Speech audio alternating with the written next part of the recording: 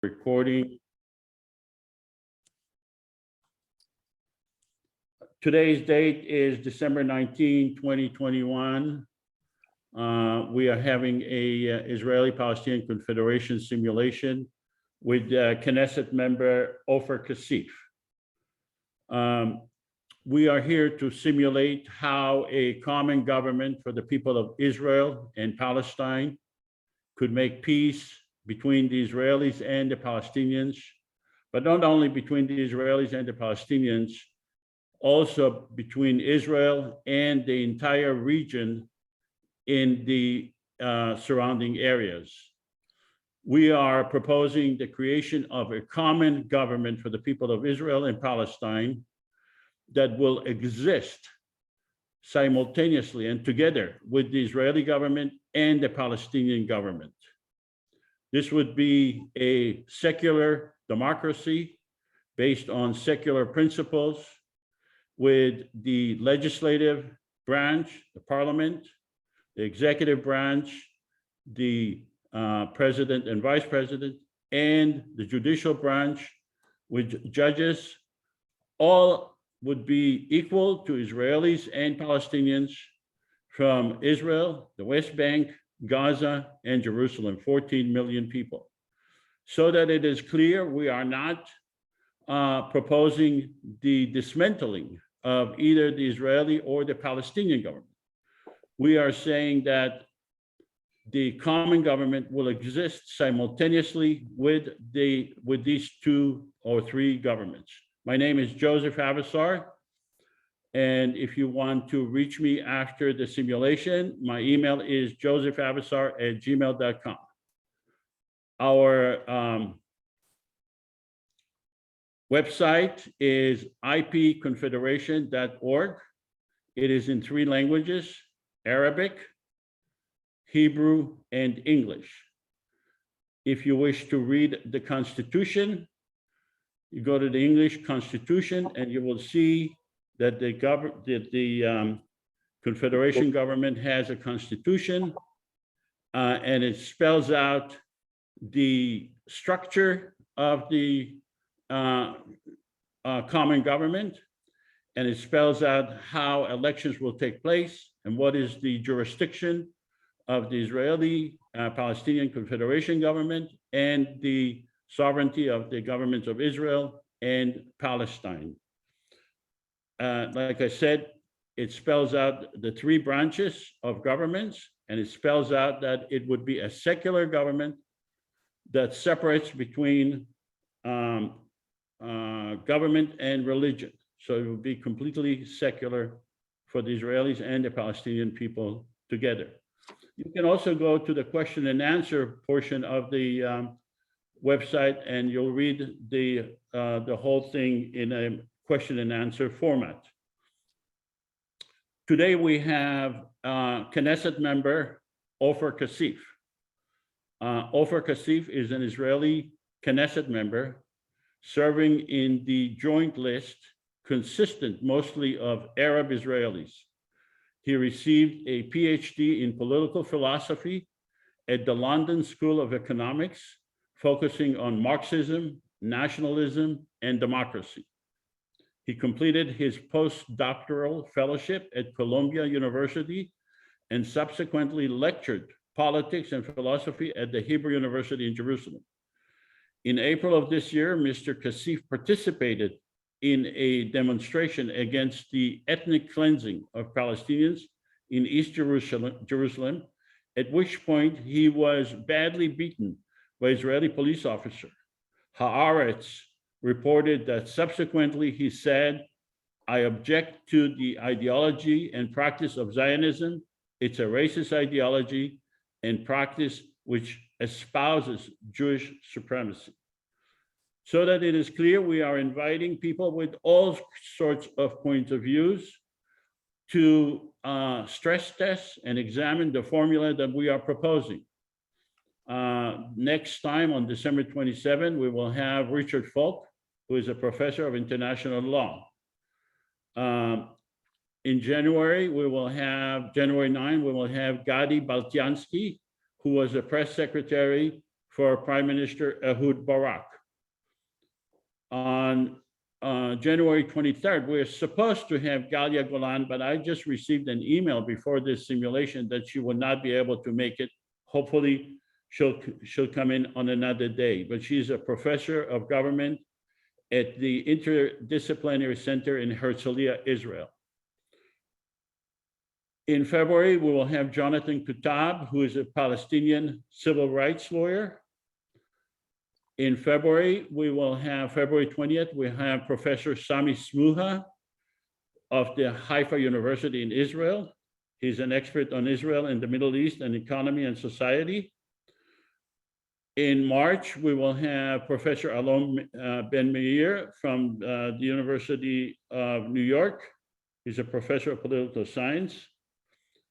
On March 20th, we will have Professor Shibli Telhami, political science professor. And in April, on April 24th, we will have Professor John Quigley, who is a professor, international professor of law and an expert on Arab-Israeli relations and human rights. We estimate this simulation to take place 120 minutes, that's 2 hours. We will have several segments. In each segment, it will follow up by a 5 minutes discussion or observation from Mr. CASSIF, at which time we will ask him to opine on what we are doing. And then we will have a conversation with Mr. CASSIF, and then we'll open up to the audience to ask him questions, and then we'll have closing remarks. Let me show you a short video, 2.5 minute video that explains what the Confederation is all about, the common government is all about.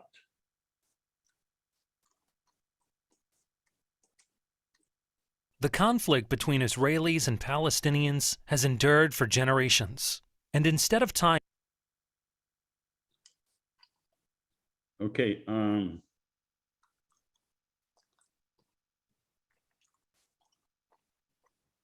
For some reason, it is not playing with the sound. Dan, what am I doing wrong? It was playing. We can hear. It was playing with the sound. You just weren't hearing it because you had your microphone plugged in and the external speakers. Okay, so you are able to hear it. Yeah. Okay, so let me do it again. I'm sorry.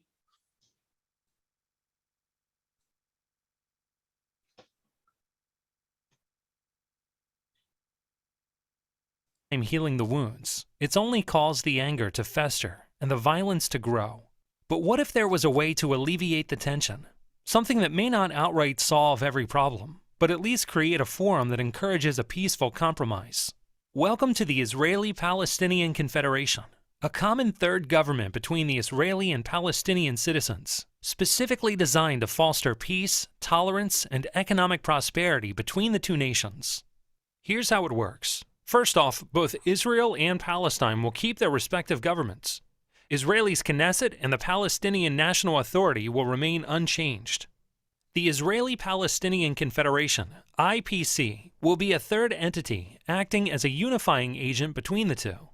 The IPC will comprise 300 parliament members elected from 300 districts in Israel, the West Bank, and Gaza. Above them will preside a president and vice president, one Israeli and one Palestinian. In order for the IPC to pass a law, it will require a 55% majority from its Israeli representatives, as well as a 55% majority from its Palestinian representatives, thereby preventing either side from monopolizing the legislature. Of course, the IPC won't undermine the political power of either the Israeli or the Palestinian government. At any time, Israel or Palestine may veto a law passed by the IPC. If neither side vetoes, the law is passed. And the two nations are another step closer to resolution. Please help us make this a reality. The Israeli-Palestinian Confederation. We might speak different languages, but we all mean the same thing. Okay, could someone just confirm that you were able to hear it? Yes. Okay. Yes. Okay. Yeah, sure. Fine. right. Sure. Great, Good. Great, great. Okay, so the purpose of this objective of the simulation is to demonstrate that an Israeli-Palestinian common government, the Confederation, could make peace between Israel and Palestine and its neighbors. We're not here to have a historical review of who is to blame. We are not anti-Israel or anti-Palestinians. We are pro-peace. Mr. CASSIF is not a speaker and is not a representative of the IPC. We don't even know what's his views regarding the common Confederation government what we are proposing. He's here to be part of the stress test to see what's his opinion on that. We are pro-peace and we have our own narrative. We do not follow the Israeli narrative or the Palestinian narrative. We believe that a common government, a government for the whole area, will have its own narrative, and it should have its own narrative. We will have a rigorous discussion today, but we will be very respectful. We could ask difficult questions, but we will be very respectful. So that it is clear, we are not precluding any other formula for peace. That would include whatever the Israeli government or the Palestinian governments agree upon. We believe that a common government would be the best vehicle to make peace or to come up with any other formula for peace if they feel necessary. But it would be a democracy, Palestinian and Israeli parliament members agreeing together on the best formula for peace. We had some disruptions in the past, but it's been a long time that those disruptions are not repeating themselves. We will ask Mr. CASSIF to judge our plan based on these three criteria. But not only Mr. CASSIF, we're asking you, everyone, could the IPC formula attain peace? Could the formula we are presenting attain peace? Is the IPC plan implementable? Could it actually be created?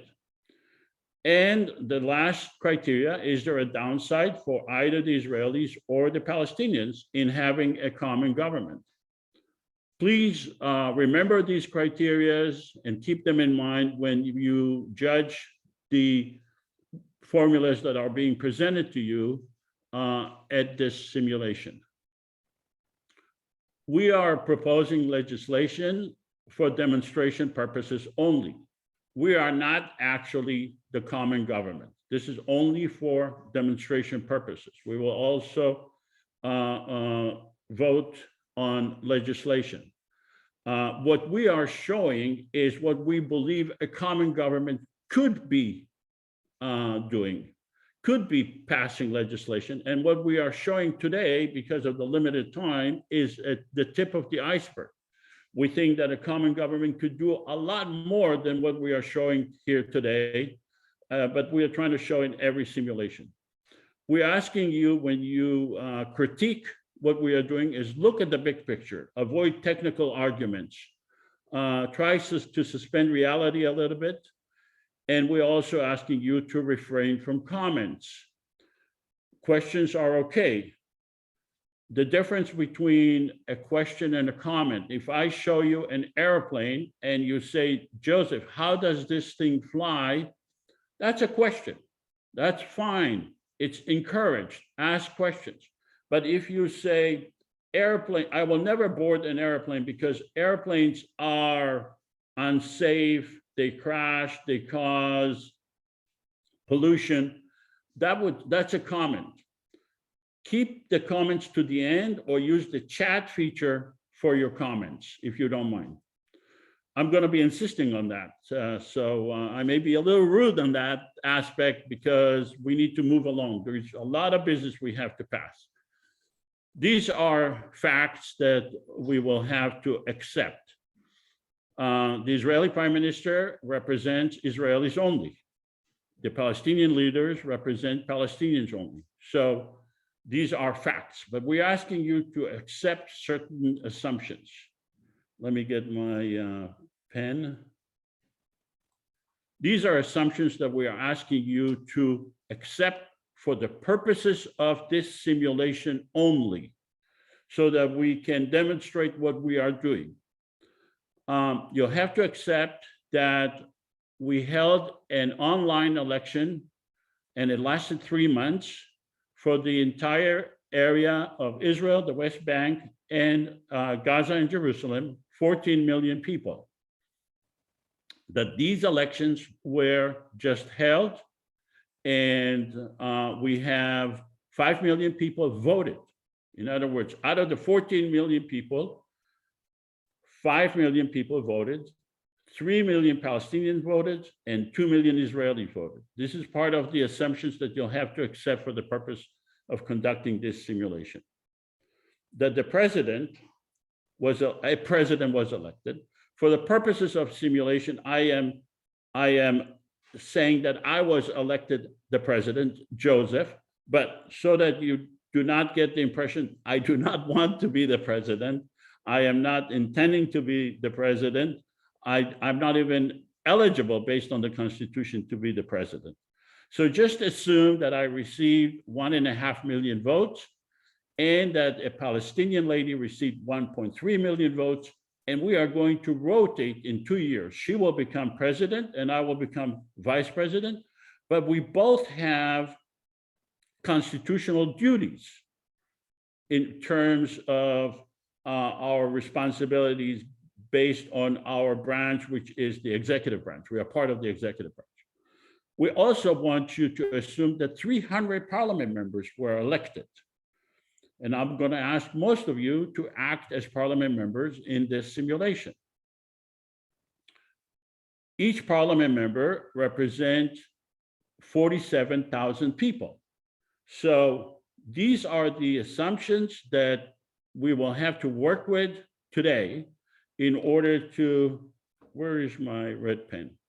Okay, it disappeared for some reason, but you'll have to accept these assumptions as reality. That's the basis upon which we are conducting the assumptions.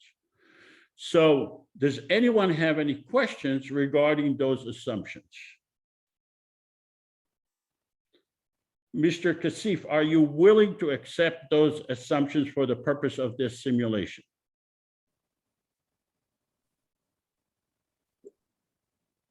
Joseph, put him back on the screen again. I did not take him off. He's muted. Mr. CASSIF, can you unmute yourself? It's okay. And Mr. CASSIF, are you willing to accept those assumptions for the purpose of conducting this simulation today? Can you just put them again on the screen? Okay. Okay, so the assumptions are that we held an election, online election for the 14 million people, that those elections took place 3 months. And we just concluded the election, that 5 million out of the 14 million people voted, 3 million Palestinians voted, and 2 million Israelis voted. That I was elected president, and a Palestinian lady was elected vice president, and we will rotate in 2 years, and that 300 parliament members were elected, and those parliament members represent each parliament members represent 47,000 people. Yeah. So I do have some reservations, but I wouldn't like to make it difficult on you. So I'll take it for granted as is. Okay, well, I'm not asking about reservations. I'm asking about, are you willing to accept? We are conducting this simulation based on these assumptions. Okay. So are you willing to play along and accept those assumptions for the purpose of the simulation? Yeah, sure. Okay, great. Thank you. Does anyone have any questions regarding those assumptions? Speak now, because from now on, we are working based on those assumptions. Okay, so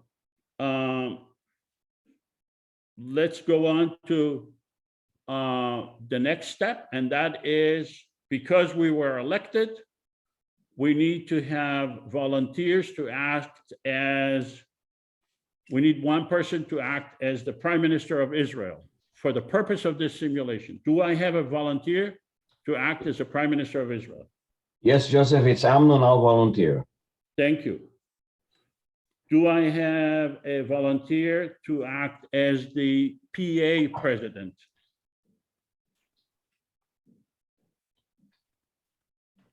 Palestinian Authority president. Do I have a volunteer for that? Okay, I'll do it. Libby. Okay. And do I have a volunteer for Hamas leader? I need a volunteer for Hamas leader. Okay, Who is that? Abraham Weisfeld, Dr. Abraham Weisfeld here. Okay, okay, terrific. The rest of you will have to act, if you wish, as either Israeli or Palestinian parliament members. You'll need to make a decision.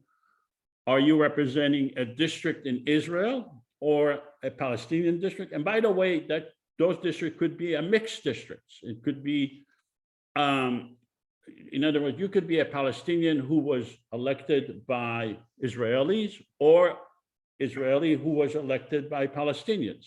So you'll need to decide, and your district may be exclusively Palestinian or exclusively Israeli, or maybe a mixed district.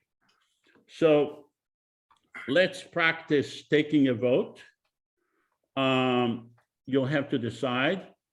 So those of you who decided to be Palestinian parliament members, please vote yes, just so that we are testing to see how many we have.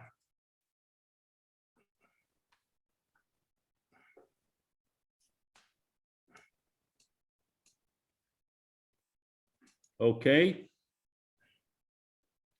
So we have 16 Palestinian parliament members. Let's stop sharing. Let's have the Israeli parliament members vote.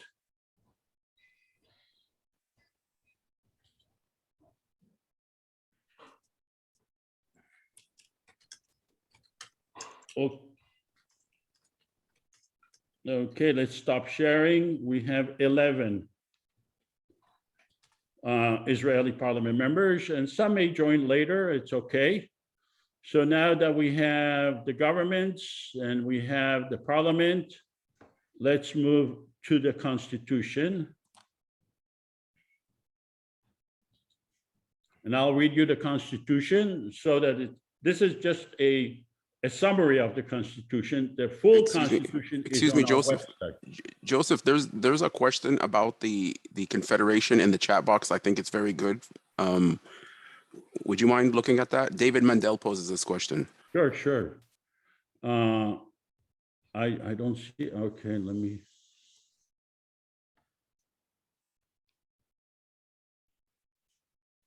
I have a question, but wasn't called on. The 14 million excludes millions more Palestinians who are forced from their, yes. So the 14 million people are the people that live in Israel, the West Bank, and Gaza. This is a common government for that area.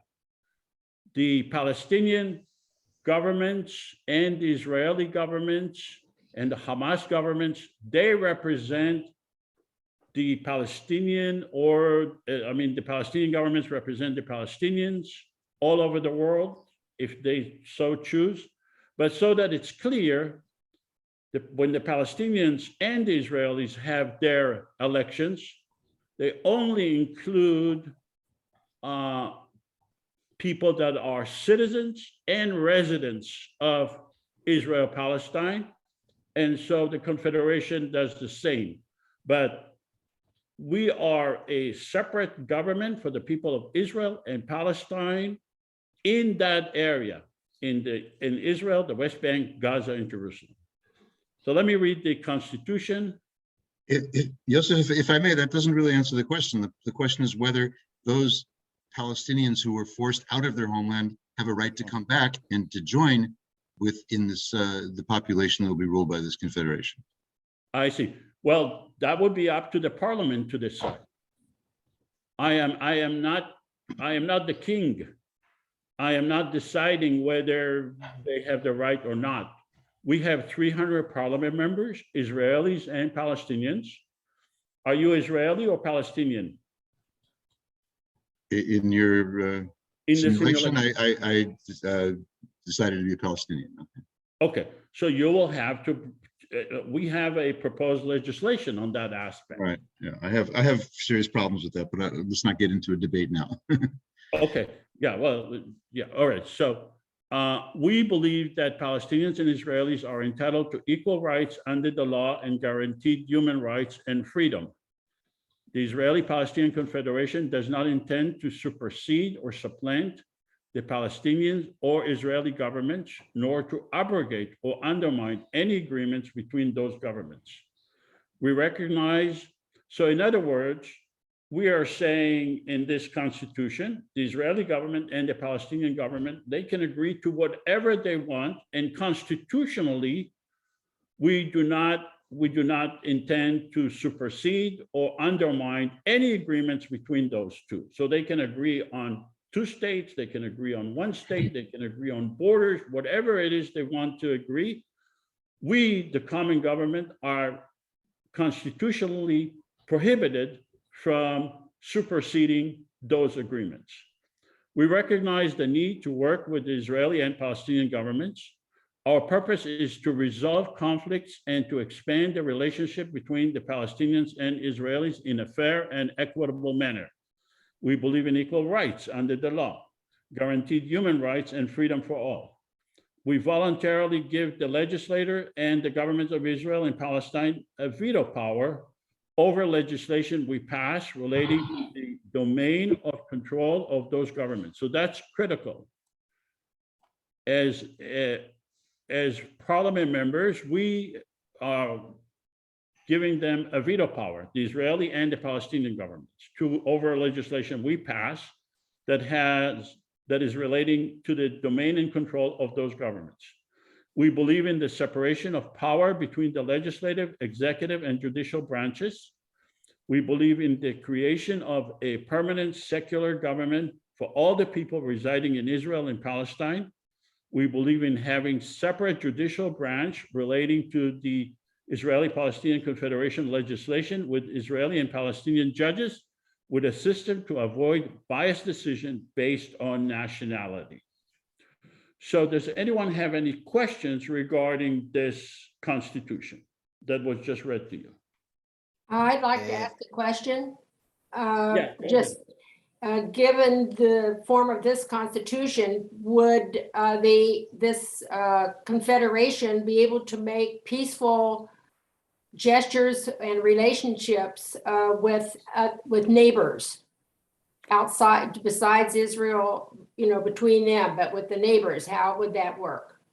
Well, because it is a common Israeli-Palestinian government, not based on religion, it will have Jews, Muslim, Christians, and other minorities in the government that is elected, then it will have a much broader appeal to the neighbors.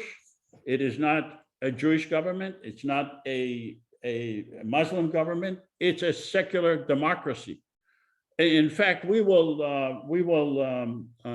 practice that today about Iran. Iran is a hot topic, and we will demonstrate how the Israeli-Palestinian common government is more likely to make peace with Iran, much more likely than the Israeli government or the Iranian governments by themselves against each other. Any other questions? Yes, may I? Sure. Yeah, Mr. CASSIF. Yes, sorry. Someone else speaking? Okay. Sorry. I just, because I'm not familiar with this, simulation, so I apologize in advance if I just, ask a question that may be answered later. But in my view, the first section or clause of the Constitution in regard to equal rights and freedom, etc., etc., I think that if this is one of the preconditions, because I understand this is a precondition, it's not something that is open for a change by the different assemblies. So if this is a precondition, I think it should have included the Palestinian right of return in advance.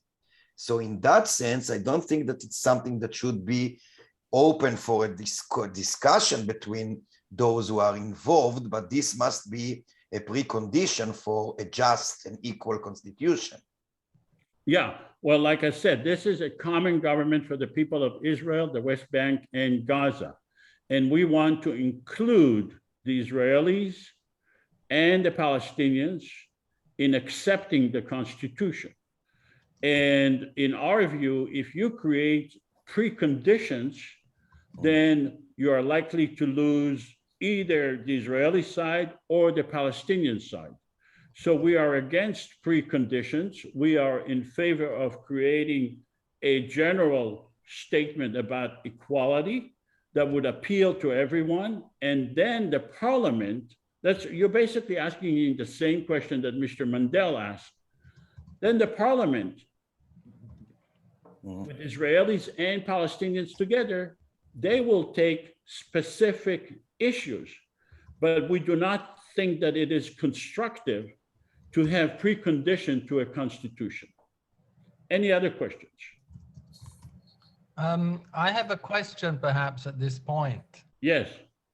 Why the IPC, why not have the Israeli, the government of Israel and the Knesset pass the laws that we want the IPC to pass? Because the government of Israel does not have the legitimacy. It's not elected by the Palestinians in the West Bank, Gaza, and Jerusalem. So the government of Israel, at the beginning of the assumptions, we said these are facts. The government of Israel is the government of the Israeli people. It is not the government of the Palestinian people. So, and the Palestinian government is the government of the Palestinian people. It's not the government of the Israeli people.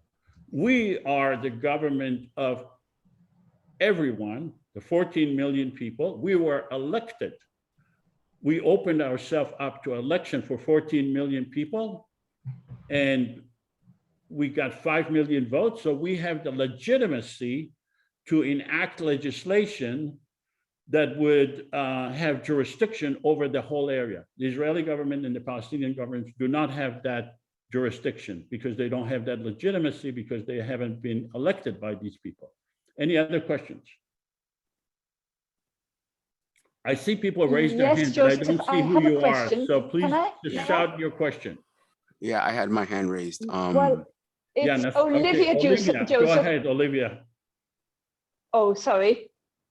Please ask questions. Well, who, me? Well, I hope I'm not interrupting somebody else. Olivia, okay, Olivia. This is my question. I've never wanted to ask the question until now. Yes. Can you hear me? Yes, go ahead, shoot. Can you hear me, Joseph? Yes, I can hear you. Oh, okay, right. Okay, I'll go ahead. I've never wanted to before now. You have always asked us not to ask questions that are too technical. So I have refrained from asking what I'm asking now. When you say a secular government, sure, yes, that's fine. But perhaps for West Bank Muslim people, I certainly can't speak on their behalf. And if there's a Palestinian West Banker, I'd like him or her to speak. I think they would like to have, for family law, I think they would appreciate having Islamic councils and you know, being able to get married in a mosque and for that to be recognized. So I think there needs to be some sort of, I think it needs to be amended. But if that's too technical, we'll go into that at another date. If they could exist side by side. In the UK, they exist side by side, but UK law is more important than other laws, but Muslims can get married in mosques, etc., etc. It's usually for divorces and separations and property that the UK law protects people better. But now the imams in the UK are encouraging their Muslim Olivia, let me cut you off because- people, the because you're- Muslim faithful, to have a civil marriage as well. Yeah. Yeah, please, please. Like I said, this is a common government. The Israeli government and the Palestinian government remain the same. They are not touched. So if you're a Palestinian government and you wish to, your government is the Palestinian government. If you're Israeli government, your government is the Israeli government. You will have to obey their laws regarding everything, including marriage and divorce. We are not taking that away from them. We are saying we could pass legislation that would be acceptable to both sides. So we are not replacing the Israeli government or the Palestinian government. We are creating another jurisdiction, including marriages and divorce. Nassim, go ahead and ask your question. Thank you. You have answered my question. Thank you. I'm going to try to make this as quick as possible. I want to touch on what Mr. OFER said about including it in the Constitution about the right of return. Now, I understand that that might be something that you say would be like make it impossible for any type of confederation to exist.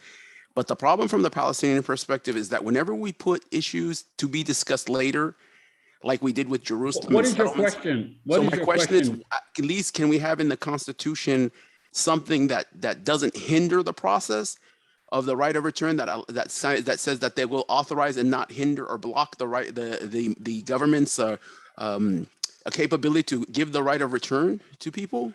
I suggest you create the Constitution, send it to me, and I'll present it. Okay, but we held an election. The people that ran based on this election. If you wish to have another language for the Constitution, send it to me. I will present it in the next simulation. But let's take a vote right now, because you have to remember we have both Israelis and Palestinians. Let's take a vote. Palestinian parliament members, please vote. Do you accept the Constitution, ratify the Constitution?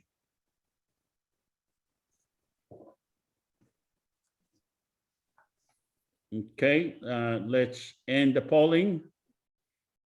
Share the result. 86% of the Palestinian parliament members voted in favor of the Constitution.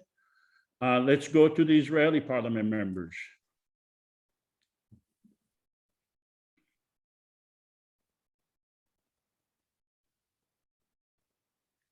Okay, share the polling.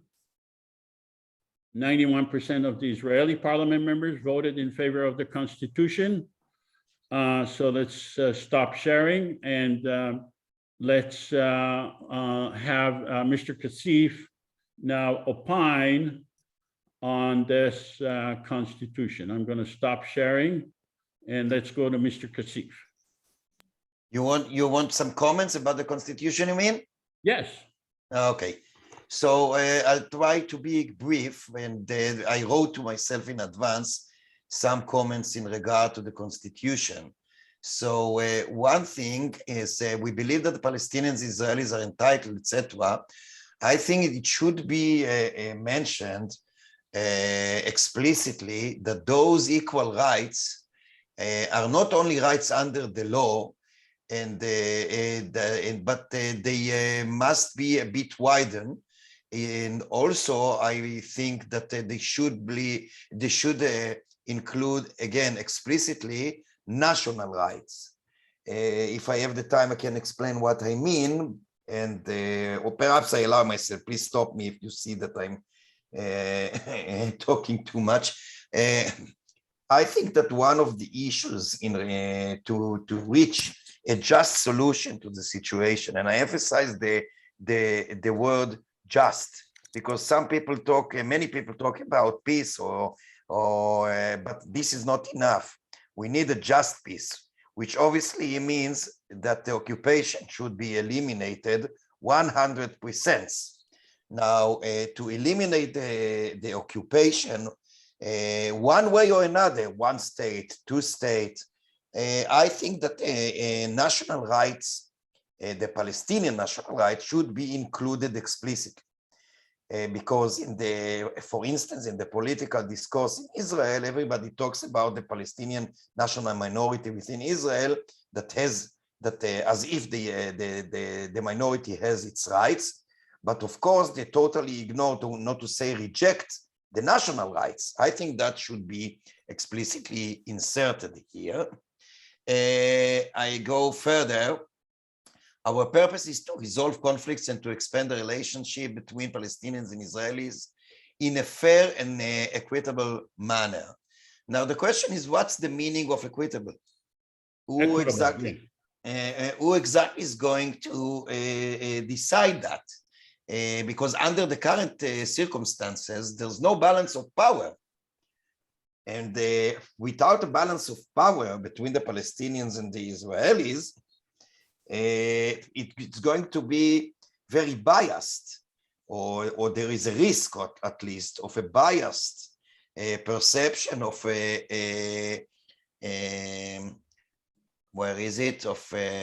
of resolving the conflict in an equitable manner. So, in that sense, I think that there's something missing here. We believe in equal rights under the law. So I said before, and I re-mention it, I think that this perception of rights is too narrow. I think it should include, for instance, social rights. I'm not talking necessarily about a socialist, state or confederation, although I myself, of course, support that. I'm a member of a socialist party. But even if I don't go that far, I think that rights under the law are not sufficient. This is another thing. Could you explain what that means when you say right under the law are not sufficient? What other rights would be in order to be sufficient? Rights, by definition, are not only legal; they are also, part of the source of the sort of a social discourse, for instance. Because people may be, there is, I won't go into deeper into philosophy, but there are, for instance, just to take one example, there are debates in regard to so-called blind liberalism and non-blind liberalism. For instance, should the Constitution take into account what I mentioned before, the unbalanced power? In that sense, equal rights under the law are not sufficient, because those who dictate the agenda, those who are more powerful economically, socially, politically, so they have an advantage vis-a-vis those who are powerless. So, are you talking about imbalance between the Israeli government and the Palestinian government? That's part of the issue, of course, but that's not the only thing. Yeah, but we are a separate government. Yeah, of course, but still, number is not enough in my view.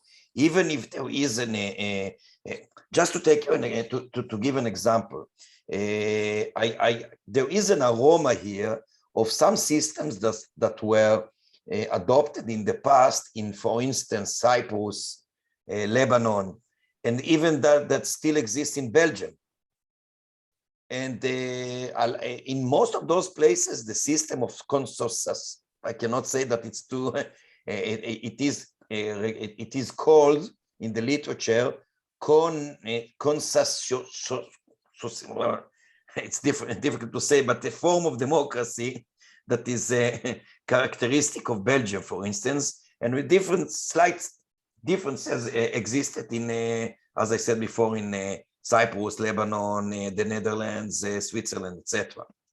Now, in some places, the equality between the communities is taking the form of numbers. That means that each community has an equal number of seats in the common parliament or the common government, okay?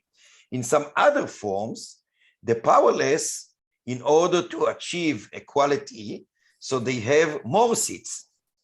Okay, so that may take different forms or different. So, in that sense, I think that the rights under the law is too vague and also too narrow. In my view, for instance, assuming that we all agreed upon such a confederation, etc., I think that, for instance, because the imbalance of power, the Palestinian government should have some rights that give them an advantage vis-a-vis those who are already enjoy advantages. So to make it very brief, now the next section, for instance, about the veto power. The veto power as well is in under the circumstances, not only those circumstances, there is a serious problem here in my view. I do not say that the veto power should be ruled out altogether, but there are at least two problems as far as I can see. One is that it's not exactly democratic, because if the minority, doesn't matter at the moment which minority, okay? If a minority has the power, hypothetically, to veto a decision by the majority that doesn't, harm or undermine the rights of the minority, of course. So there is a problem in Israel, for instance, although it's not entrenched into the basic laws of Israel, there is actually a veto power from the very first day of the state, since the establishment of the state of Israel. There is a sort of a veto, although I emphasize again, not a formal one, by the ultra-Orthodox. The ultra-Orthodox parties actually have a sort of a veto in regard to religious issues, and that doesn't prove itself. It actually only causes problems and difficulties. And I'm afraid that this is exactly what's going to happen following such a section. It's a receipt for stagnation. This is what I want to say. This is a receipt. So in what area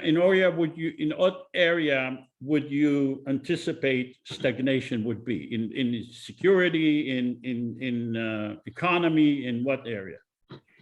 I think that that's exactly what bothers me here, is that it begs the question. The Confederation is supposed to give a solution to some problems that actually are going to re-emerge out of some sections here, like this one. So for instance, you mentioned the so-called security issues. Some friends mentioned before, as myself, the issue of the right of return of the Palestinians into the state of Israel as well, by the way, not only into the Palestinian state. And there are many other issues that stems from the reality, the current reality of occupation, of apartheid, of ethnic cleansing, and of course, since the Nakba. So I'm afraid that such a section wouldn't work. And this is the third criteria, as far as I remember, that you mentioned before, among the three. So in that sense, I think that this is a receipt for stagnation, not to say a receipt for a failure of the whole project, if I may say. Okay, so let's go to legislation, and we'll move forward. Shall I say another one last sentence? Sure. Another thing which quite bothers me is that it is mentioned here that the veto power relating to legislation affecting sovereignty will be bestowed to the following: the government of Israel, Palestinian Authority, and Hamas. That's very, very, in my view, that's very, very dangerous, because it legitimizes the division among the Palestinians as one people. And they are one people. And I think that legitimizing and institutionalizing, actually, this division between the current situation of the current government in the Gaza Strip and the Palestinian Authority is a very problematic issue. In my view, again, assuming we accepted everything concerning the Confederation, there must be one Palestinian Authority, not two. Okay. It's going to harm the Palestinians, and it's going to play into the hands of the government of Israel. That's a bad issue in my view. All right. So you realize we are a separate government, and we have our own narrative, our own philosophy. So let's vote on the declaration of intent to grant a veto power.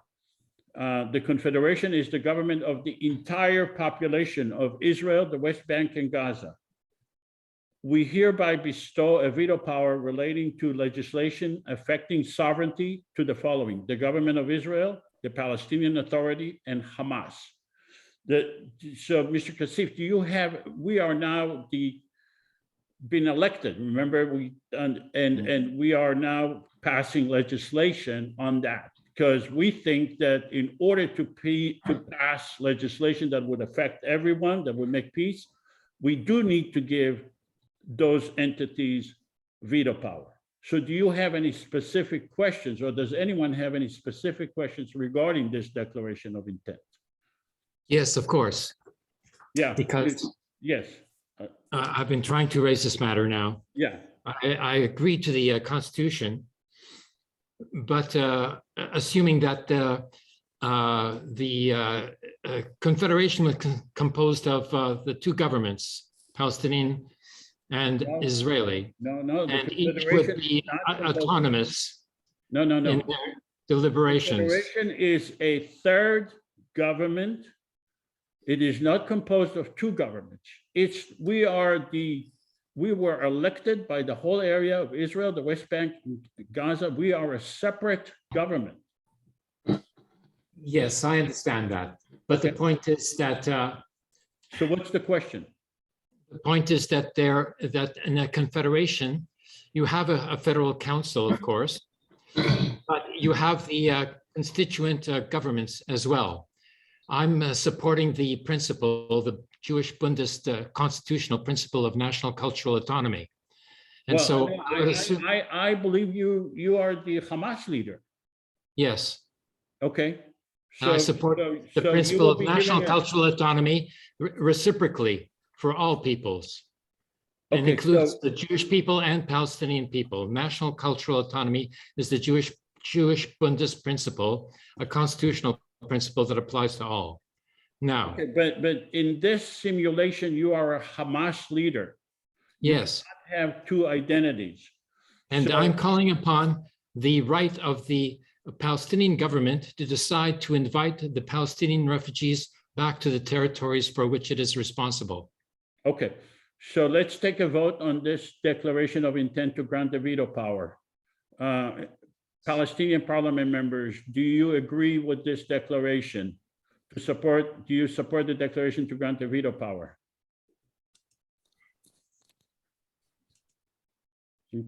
Okay, let's end the voting. Publish the results. 73% of the Palestinian parliament members voted in favor of giving these three entities a veto power. Let's go to the Israeli parliament members.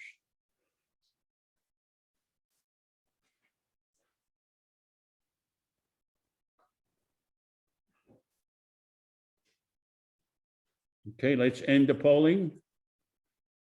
Stop sharing. 73% of the Israeli parliament members have agreed to give these three entities a veto power. So let's go to Mr. CASSIF. Mr. CASSIF, now we have a veto power that you gave your opinion, but the parliament decided to ignore your opinion. And now I'm used to it, don't worry. Okay, so let's go to, so now we have a parliament. We decided to give a veto power to the Israeli government, the Palestinian government, and Hamas. And let's go to our declaration of peace. Okay, so we have two versions of the declaration of peace. We'll start with the more severe one, with the more basic one. And I know that Nasir is going to jump up and down and say we need to change it, but let's start the best one. Our goal is to be a shining example of for peace and tolerance. We believe in the respect of all people, regardless of religion or gender. We are committed to protect all people of all religions and to value the sanctity of life. All people are equal. All religions are equal. The practice of religion is voluntary and shall not be imposed. The land belongs to no religion, and no war shall be imposed on the count of religion. We encourage all governments of the world to adopt this resolution. Does anyone have any question regarding this declaration of peace?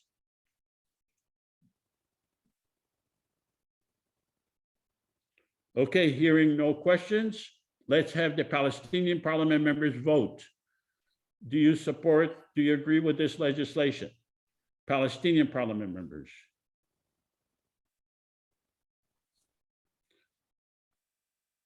Okay, let's end the polling. Share the results. 85% of the Palestinian parliament members voted in favor of this declaration. Let's go to the Israeli parliament members. Please vote.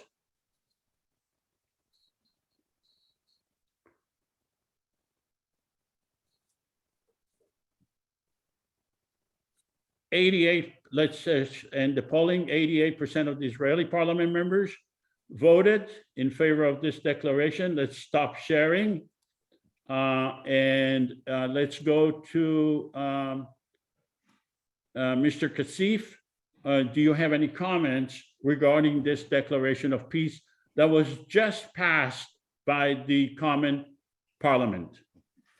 Yes, as I said before, again, I think that the national identity of the peoples should be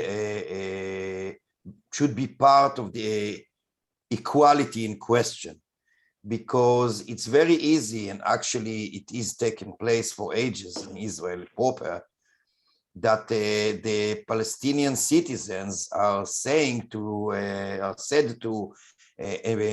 enjoy equality under the law, religious equality, etc. That's a sham, of course, but at least the governments in Israel are trying to say that they enjoy such an equality. But everybody agrees upon the fact that they do not enjoy national equality. I think this is something that should be adopted explicitly. Yeah, but we are a common government for the people of Israel and Palestine. We're not the Israeli government. Of course. Comparing us to the Israeli.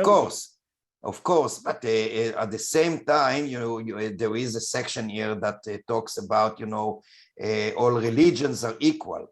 So it should also be said that all nations or peoples are equal. Similarly, wouldn't that bring the conflict back into the issue? We want to make peace.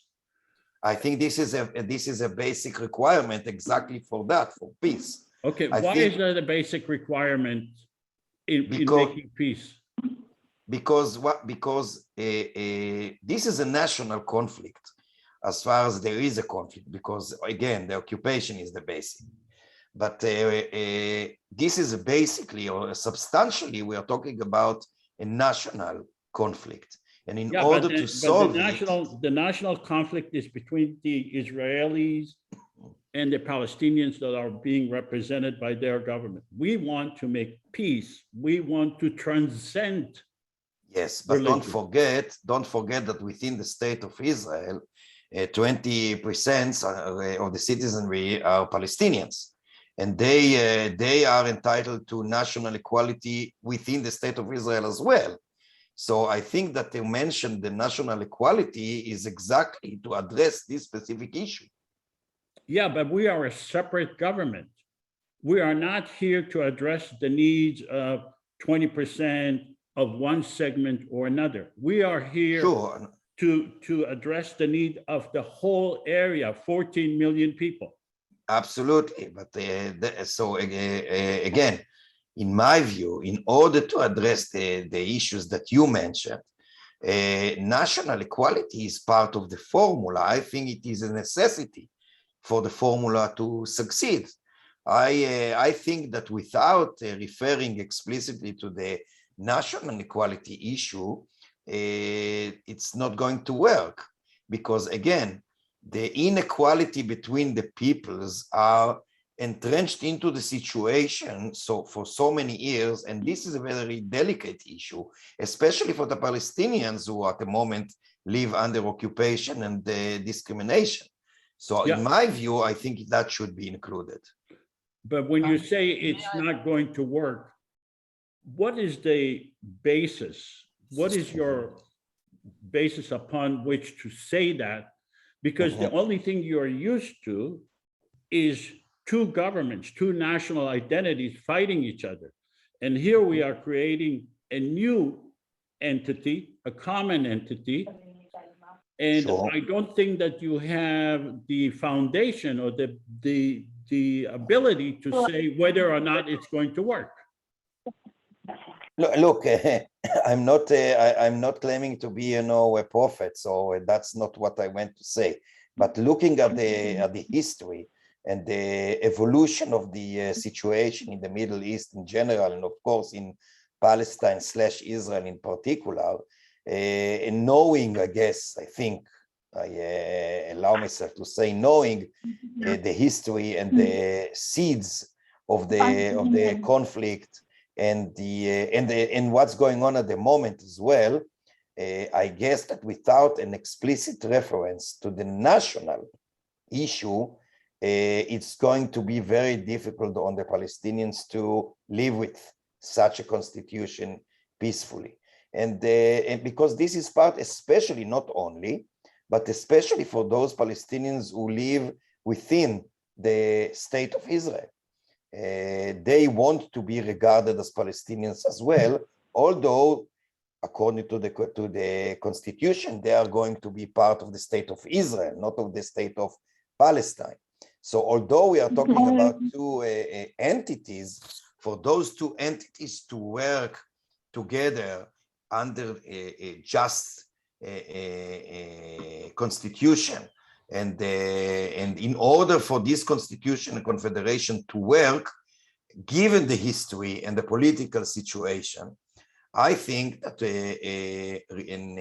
refraining from referring to the national issue again explicitly, I think that it's going to pose a lot of problems for this project to succeed. Okay, let's go on to the next legislation, and that is the declaration, I'm sorry, the teaching tolerance and understanding.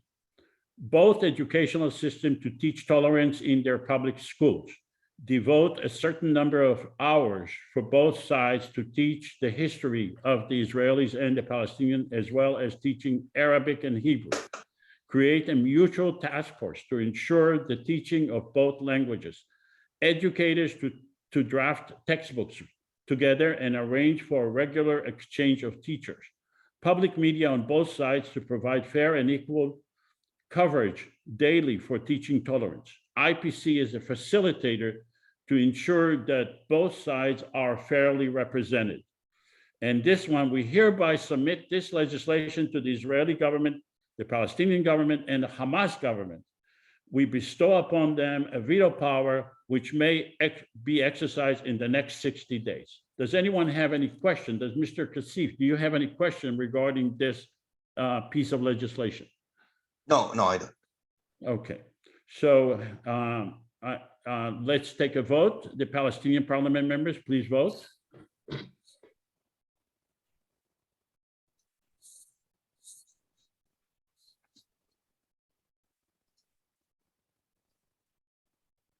Okay, let's publish the vote. 100% of the Palestinian parliament members voted in favor of this legislation. Let's go to the Israeli parliament members.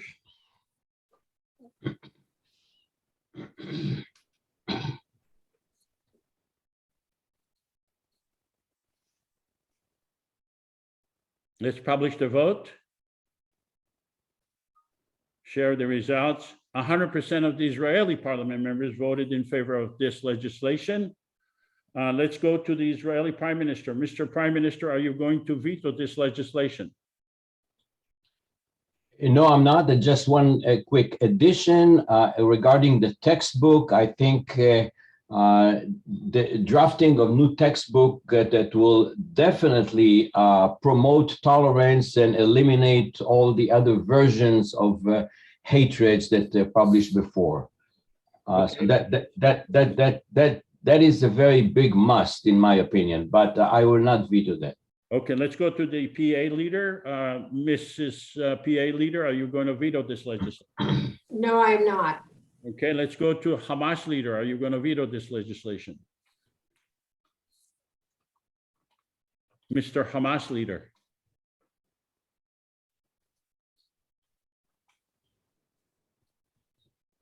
Okay, Is he muted? Sorry, I wasn't on the screen. No veto, of course. okay, good. So, since Mr. CASSIF did not have any questions, do you have any comments regarding this legislation we just saw passed? Mr. CASSIF? Yeah, I didn't hear you, sorry. Legislation of tolerance. Do you have any comments regarding this legislation that was just passed? No. Okay, good. So let's go to the next legislation, and that is on Gaza. Joint Economic Zone. Joint Economic Zone, JEZ, between Israel and Gaza. Exclusive IPC management and control. Common economy. Education, industry, agriculture, source treatment, desalination plants, solar farms, wind power and green energy, international airport and seaport, equally accessible to the Israeli and the Palestinians. We hereby submit this legislation to the Israeli government, the Palestinian governments, and Hamas. We bestow upon them a veto power which may be exercised in the next 60 days. Does anyone have any questions regarding this legislation, proposed legislation? Mr. CASSIF, do you have a question regarding this joint economic zone?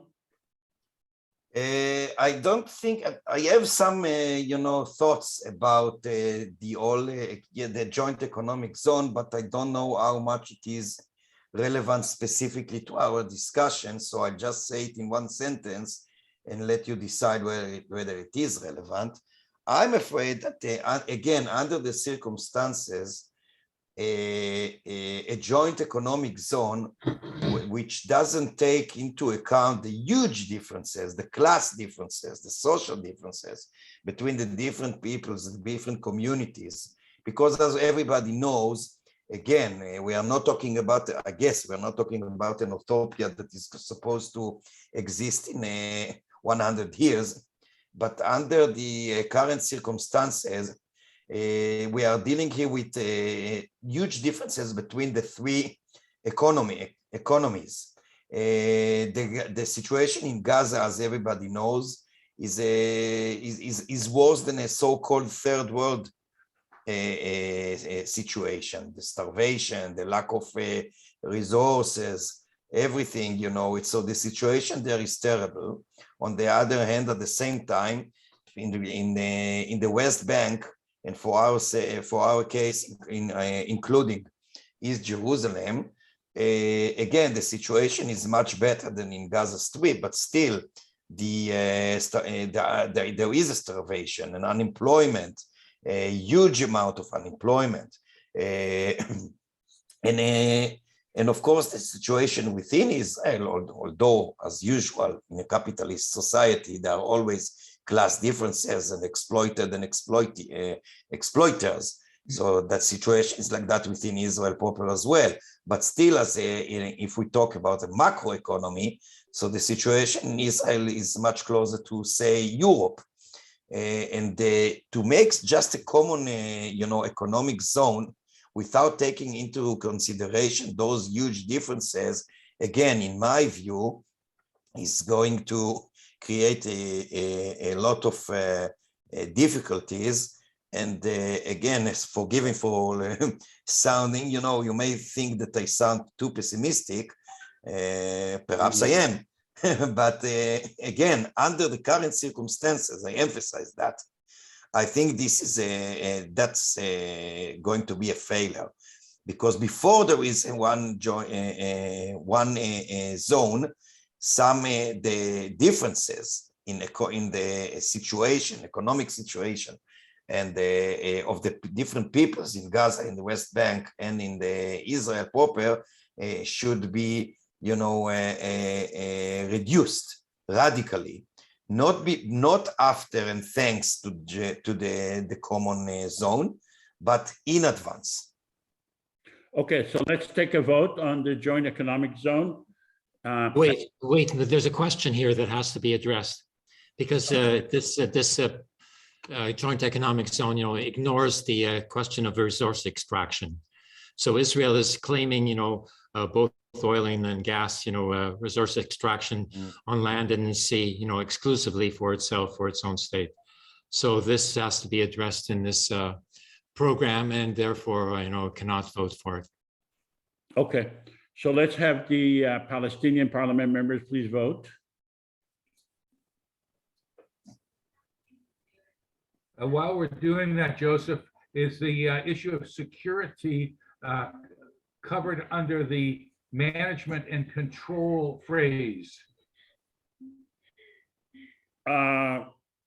No, it's part of it, but the joint economic zone, okay, so is part of it, yes.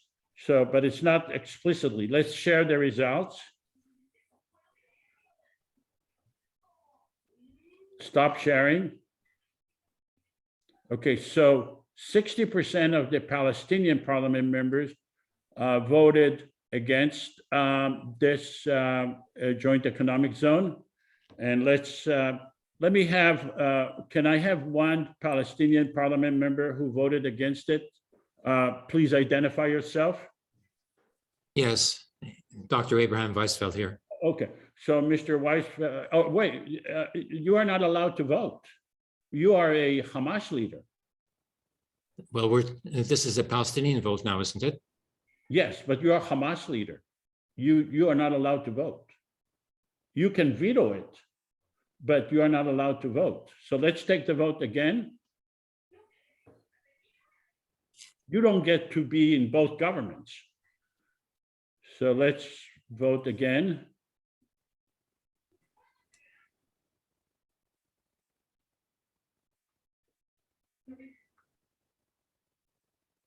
Sorry.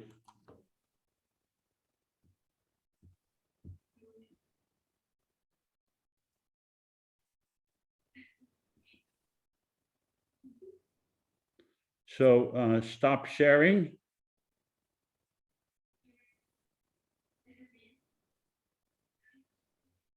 %55% of the Palestinian parliament members voted in favor of it. Let's have the Israeli parliament members vote.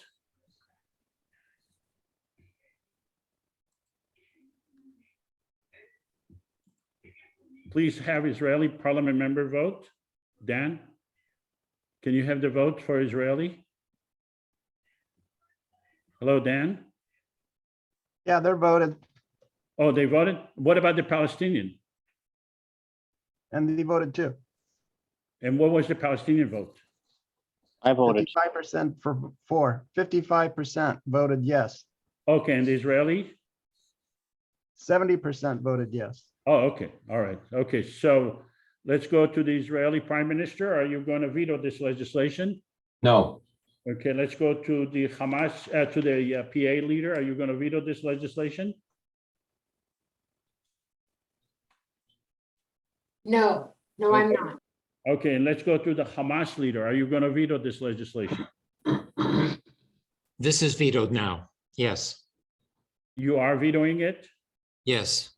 Okay. For the reasons stated previously.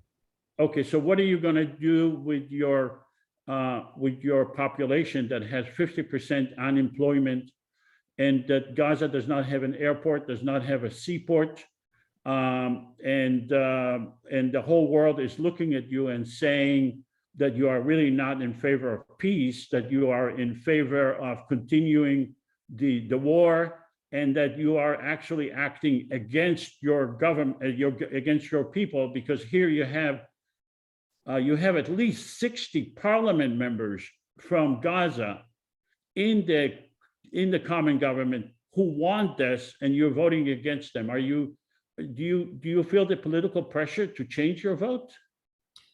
I think that any Hamas government would have to oppose such an economic agreement because I'm not Israel is asking about presently. any Hamas government. I'm asking about you. You are the Hamas leader. Are you going to? Yes, I'm taking into consideration what Hamas would do, and Hamas would have to veto this because the gas, offshore gas, off the shore of Gaza is being stolen by Israel now and being sold to Egypt. So this is a matter of fundamental importance, including the question of whether or not resources should be extracted in the first place, because oil is merely eco-suicide. What is your answer to the 60 parliament members who vote in favor of this? What is your answer to the 50% unemployment and to the economic pressure on Gaza? You're going to keep it that way? What is your economic plan for Gaza? Hamas would veto this economic agreement nonetheless, because the Palestinians have lived in misery a very long time and would continue to do so until their full rights are expressed. Okay, all right, so that's fine. That's the political pressure you'll have to live under. So since Gaza is not going to be part of this legislation because of Hamas leader, let's talk about Kalandia checkpoint. Converting Kalandia checkpoint into an education and commerce center located on the main road between Ramallah and Jerusalem. Convert the checkpoint into an education and commerce center. Construction of state-of-the-art hospital. Reduce unnecessary hardship and congestion at the checkpoint without increasing security risk. Converting the entire area into an education and commercial zone. Expansion of the number of entrances and exits, fast lane for frequent travelers managed by the Confederation police force. Let's take a vote and have the Palestinian parliament members vote on this legislation.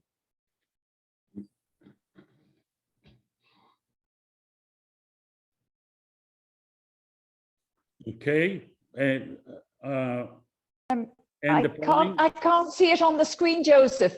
Excuse me, Joseph. Excuse me, interrupting you, Joseph, but I didn't have a chance to vote because there was nothing on my screen. I know. Nor was there the last time. So sorry, something's not quite working. Okay, do you see it now? I beg your pardon. Sorry to interrupt you. Do you see it now?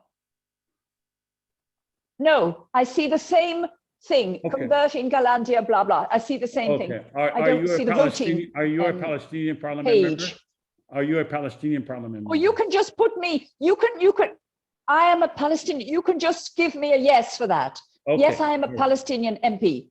Okay, all right, let's So go you to can, Israeli. you know, let's go to you can put the Israeli yes for me. Thank you, sorry about that. Okay, let's go to Israeli parliament members. Okay. Okay, so let's publish the results. 78% voted in favor. Let's go to the Israeli Prime Minister. Are you gonna veto this legislation? No.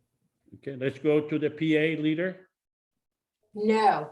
Okay, before we go to the Hamas leader, I want to take a vote. I am the president, and I would like to take a vote to exclude the Hamas leader from having a veto power. In other words, to withdraw the veto power of Hamas leader until he decides to take care of his own people in Gaza.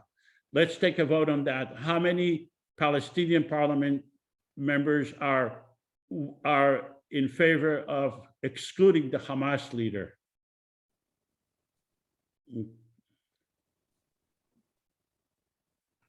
Olivia, are you? I need to see the, no, I don't see it on my screen, Joseph. It may be my Okay. PC or mobile, which I'm using. So can Okay, you put so- yes for me? I mean, Yeah. I okay, go so- along with what okay, you so proposed. Let's stop sharing. Okay, you The put yes, sharing, okay. 78% were against my proposition, So we'll give Hamas leader, Mr. Hamas leader, are you going to veto the legislation about Kalandia? No, no veto. Okay, terrific. Okay, so we have another legislation passed about Kalandia. Let's have the Mr. CASSIF give his opinion regarding this legislation. Wait, Joseph, you didn't go to the Israeli side about Kalandia. Oh, I'm sorry. Let's go to the Israeli side. I'm sorry.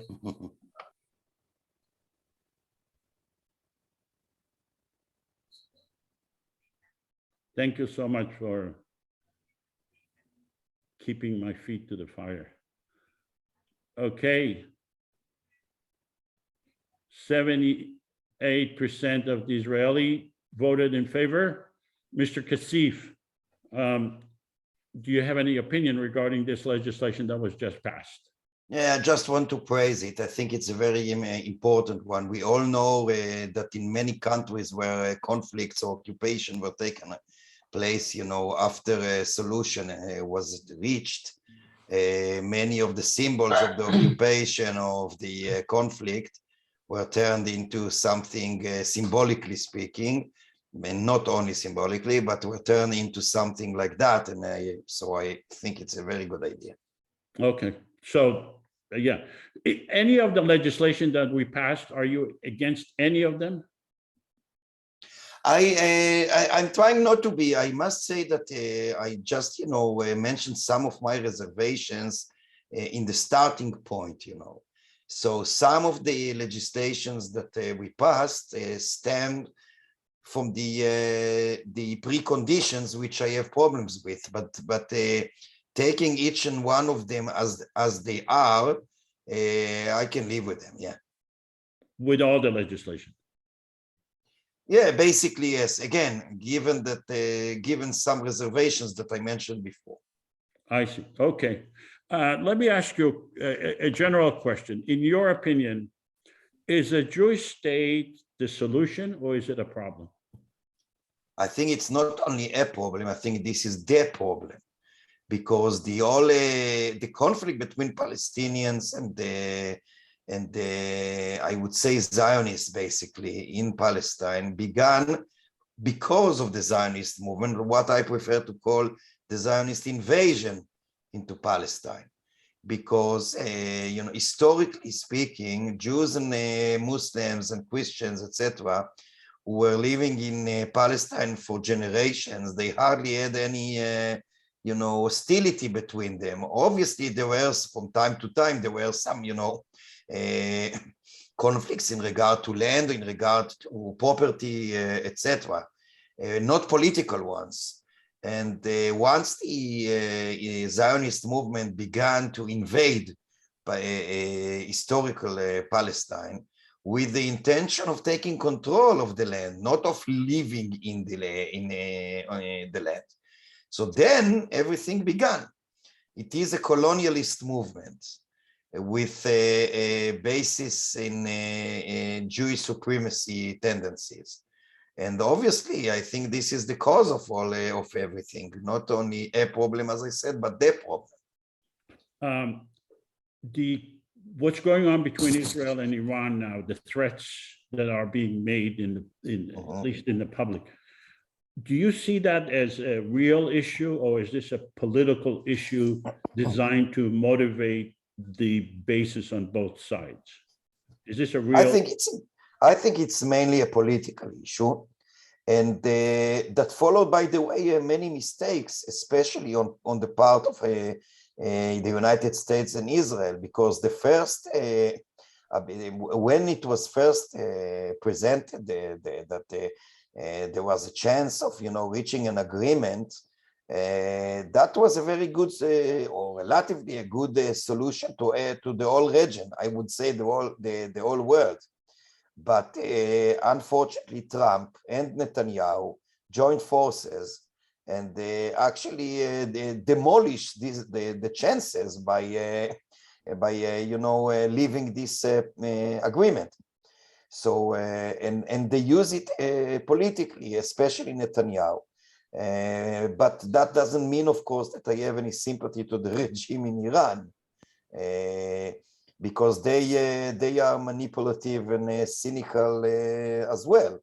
But I must say, it's very unfortunate. I don't say that because I'm happy about it. It's very unfortunate that the ex-Prime Minister of Israel, Netanyahu, was taking care only of himself, and he saw it as a political chance to reduce the difficulties that he faced, and still is trying to do so. But I must say that I'm quite optimistic, and I believe that in the end, if the United States and the international community will insist in sticking or clinging to the diplomatic path, I believe that everybody is going to be advantaged because of that. Okay. And I hope So, they will succeed. in that spirit, I'd like to introduce this legislation, and that's improve relations with Iran and Hezbollah and other neighboring countries. Remember, we are a separate government. We are a government that made of Israelis and Palestinian people together. We're not the Israeli government, we're not the Palestinian government. So this is the legislation. Create delegations and travel abroad to negotiate a permanent and lasting peace with the neighboring countries. That means with Iran, Hezbollah, Gaza, and Syria. Establish embassies. The embassies will be for the common government, not the Israeli government, not the Palestinian government, the common government, for us, to encourage peace and economic cooperation. Cooperate with the Palestinians and Israeli governments. In other words, we see that the Israeli government and the Iranian government and Hamas and Hezbollah and Syria are unable to make peace. So we want to make peace because we are representing the people of Israel and Palestine together. Does anyone have any question regarding this legislation? Okay, hearing no questions, let's go to. It seems to me that establishing embassies abroad is it's a step too far. Okay, I'm asking for questions, not comments. Let's have the Palestinian parliament members vote.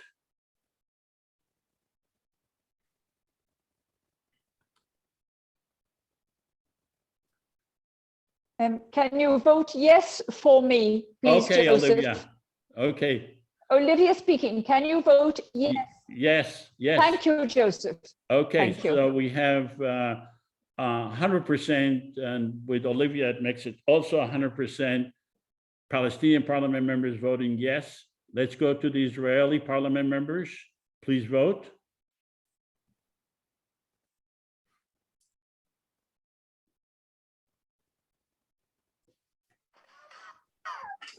Let's end the polling. 88% of the Israeli parliament members voted yes. Let's go to the Israeli Prime Minister. Mr. Prime Minister, are you going to veto this legislation? No. Mr. Prime Minister. I said no. Okay, let's go to the PA leader. No. Let's go to Hamas leader. Are you going to veto this legislation? No veto. Okay, let's go to Mr. CASSIF and ask his opinion regarding this monumental legislation that we just passed. Look, as far as those countries do not reach any peace accords with Israel because they get arms from Israel, this is so it's okay. Because as everybody knows, the main reason why the Emirates, for instance, or Bahrain or others agreed in the last year or two to reach agreements with Israel is because they got some arms, some weapon from Israel. I would call it sort, almost a blackmail. Yeah, we are talking about Iran, Hezbollah, Hamas, and Syria. Yeah, so that's what I was saying is that first, if the reason is because there is a serious peace between the Palestinians and the Israelis, because the occupation is over, and because racism is ruled out, and there are no weapons involved here, so I just think that would be great. Yeah, but the occupation is not over, and we are a common government, and we do not want to be destroyed by either Israel or Iran or Hamas, or we want to make peace. And we are Jews, Yes, but Christian, Muslims together, and we want to go there and make peace. of course, but there's no peace. There shouldn't be. It's not only that it cannot be realistically, but in my view, there shouldn't be peace with the occupation, and there shouldn't be any relations of the Arab countries around Israel with the state of Israel, as long as the occupation is not totally over. The occupation is illegitimate, and in order to delegitimize the occupation, states around the globe, not only in this neighborhood, in my view, should not make any diplomatic relations with Israel. Including the common government? If the occupation, if there is still a system of occupation, which I understood before that there was not, because given that there is a Palestinian government. But if you say hypothetically that the occupation goes on, I believe that everything is simply not legitimate. So aren't you basically throwing a poison pill to this legislation, and you say, I want to have another issue involved in this issue? And I noticed that you said at the beginning that you have a condition. Isn't that the condition a poison pill? Because whenever you start bringing condition, it kills the whole thing. No, I don't think so. I think quite the opposite. I think that if we do not solve the main issues and reach a just agreement, so everything else is going eventually to fail, and including the project we are dealing with.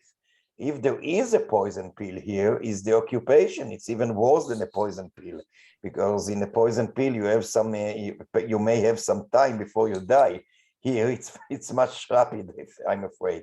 So in my view, the elimination of the occupation is a must, is a precondition for everything else, in my view. Well, you know, let me give you an example from medicine, okay? You have a doctor who says you need to take pills. You have another doctor that says you need to have surgery. And we are saying eating well and exercise may eliminate everything else. So we are saying, let's work together to make peace, and that may eliminate the occupation, that may eliminate everything else that is part of the bad health of Israel and Palestine. So I like this metaphor. I'm not sure that I agree with it, but let me give you another example. The philosopher, the English philosopher, John Stuart Mill, he coined the term benevolent dictatorship. Now, what is the meaning of the benevolent dictatorship? It means that there is a dictator because he holds, or she, doesn't matter, one holds the all power with in his arms. This is the dictatorship side of this equation. But why is this dictatorship benevolent? Because the dictator doesn't use the power that the dictator holds in his arms, okay? Now, John Stuart Mill said something very clever, and I think it's very clear. It's almost, you know, natural. In one stage or another, the benevolent dictator would necessarily become either a full-fledged dictator, as it were, or a benevolent person. But the dictator cannot hold those two poles together for a long time. Why? Because in one stage or another, those who wouldn't like to see this dictator in office, so to speak, will do something to replace him. So in such conditions, the dictator would either accept the will of the people and step off the power. In that sense, he will become a benevolent person, but not a dictator. On the other hand, he may say, no, I wouldn't like to step down. And because of that, he would oppress those who are against him. Now, I am telling you this long story because as long as the occupation goes on, even if Israel didn't use the power, and unfortunately it does use its brutal, murderous power on a daily basis, but even if hypothetically Israel wouldn't use its power, it would still hold the power.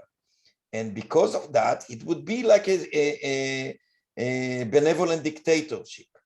And the benevolent dictatorship, of course, and the project we are talking about, in my view, are contradictions in terms. So because of that, I don't think that the occupation can wait to be overthrown after such a project, such a confederation goes on. It must be eliminated as a precondition for such confederation to go on. So this is my answer. Mr. CASSIF, could you please answer these questions in terms of your formula for peace? What do you think could, what formula do you think would be the best for peace? Is it implementable? And so these two issues, could you address these two issues in regards to your formula for peace? What is for peace, and is it implementable? In my view, the only and the necessary condition for peace is ending the occupation and establishing an independent, sovereign Palestinian state in the all territories that Israel occupied in June 1967. Now, this is a must for achieving a just peace. And by the way, of course, I support the right of return of the Palestinians, etc., etc. So I'm giving you only, you know, the most basic things. The right of return into the West Bank, Gaza, and Israel, and Jerusalem. Yes, of course. Okay.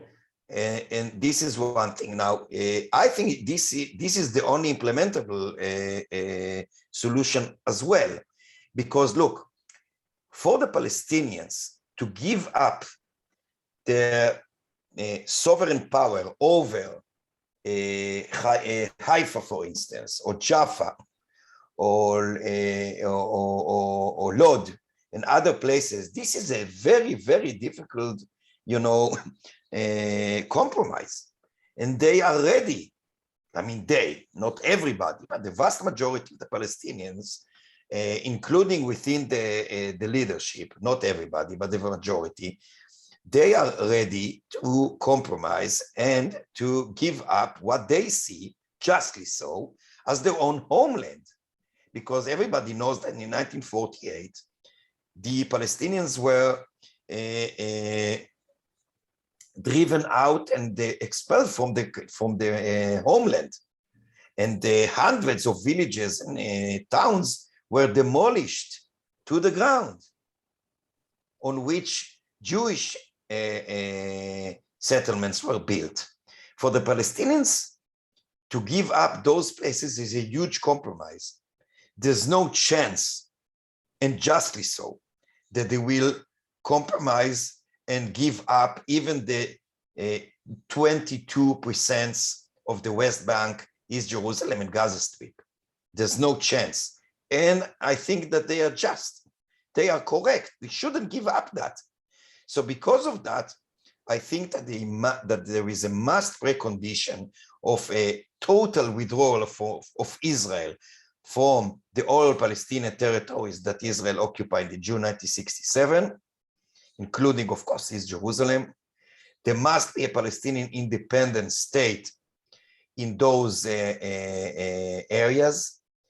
All Jewish settlements in the occupied, the 1967 occupied territories should be evacuated totally. And there must be a just solution to the Palestinian refugees in accordance with the UN's resolutions. This is, in my view, the only solution, a just solution and an implementable solution for both peoples who live here. And by the way, afterwards, there is a chance, upon the consent of the two sides, of forming, you know, a kind of a confederation. If I may add one thing before I conclude, it's very interesting the Palestinian Communist Party, which is called today the People's Party, the Palestinian People's Party, supported the partition in 1947. Most of the leaders and the comrades of the Palestinian Communist Party, up till now, they support the two-state solution.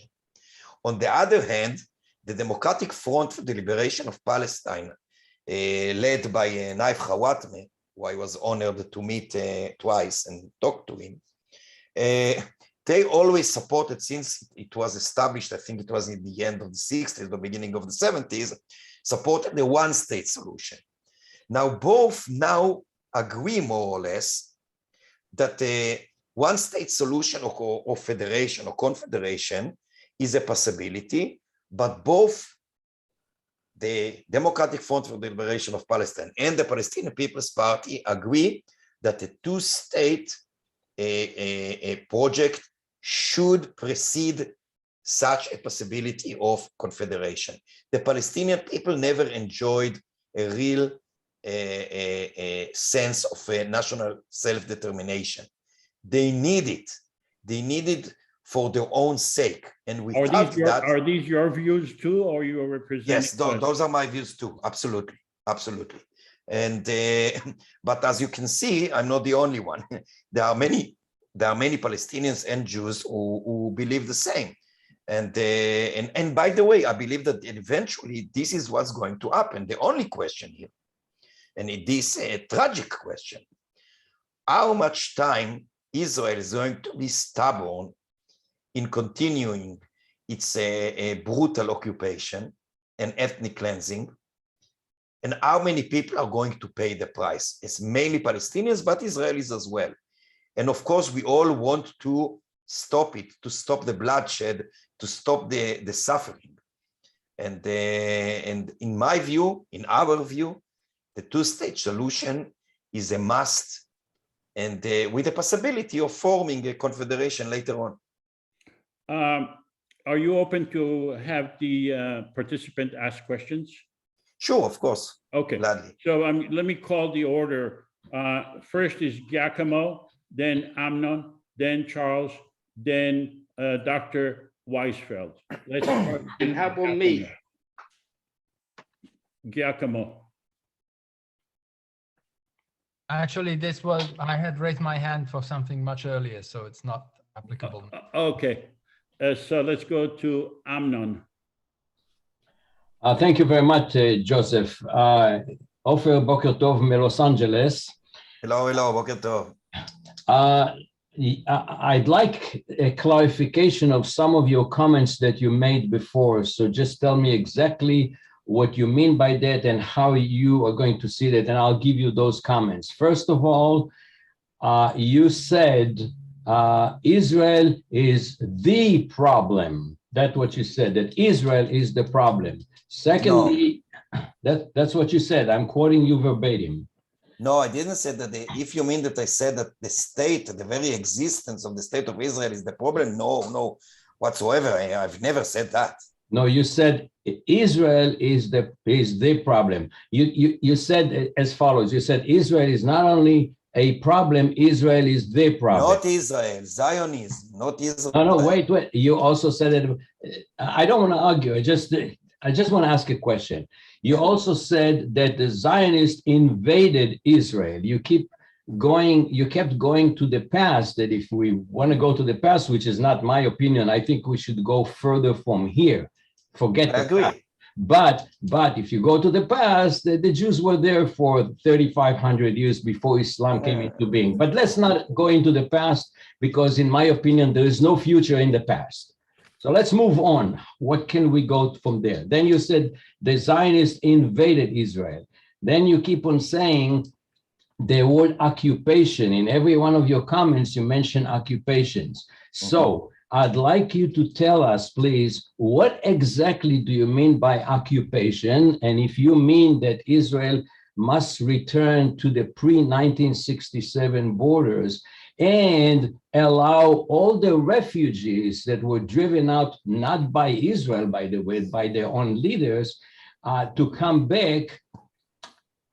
If this is your view, in my view, sir, this is a formula for the destruction of the state of Israel. But just one comment before I let you answer my questions. If you recall, pre-1967 Six-Day War, the Palestinians had a exclusive control of the West Bank, Gaza, the Golan Heights, East Jerusalem. They had it. However, 3 years before, Yasser Arafat established the PLO that says Israel must be eliminated. Now, today's charter of Hamas calls for the destruction of the state of Israel, and they say we don't even recognize Israel. So they had that all these territories that you promote return to them today. They had them at that time 3 years before we so-called occupied them. So and even then they wanted the destruction of the state of Israel.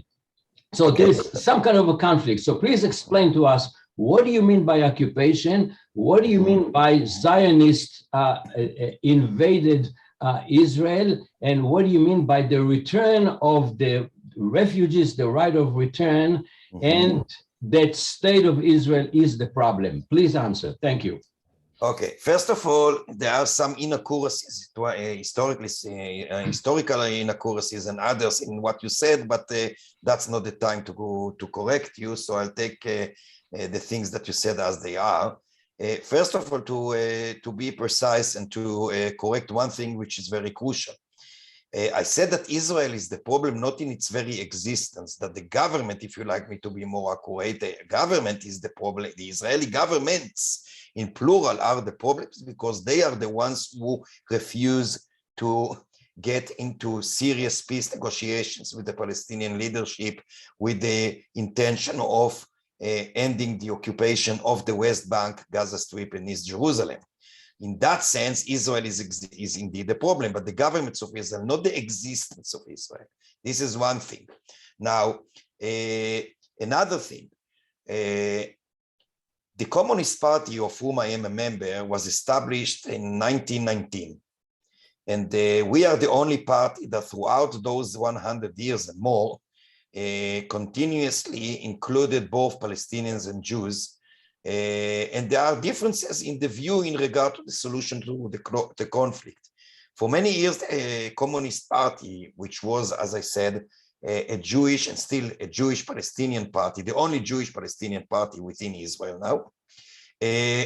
For many years, they believed that the solution is a one-state solution in which Jews and Palestinians would live together in a democratic, secular, equal state, which resembles in many respects the IPC that we were talking about. Now, towards the end of the 40s, the communists, both Palestinians and Jews, changed their mind and said that there must be a two-state solution. Why? Because although that Zionism was a colonialist movement that invaded Palestine, by the way, not Israel, the reality changed.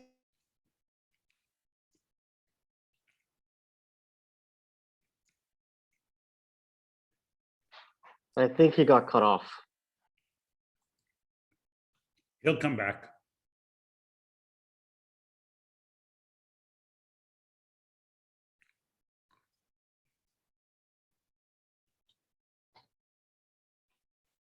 Can we call him I don't have his phone number. and ask him to reestablish?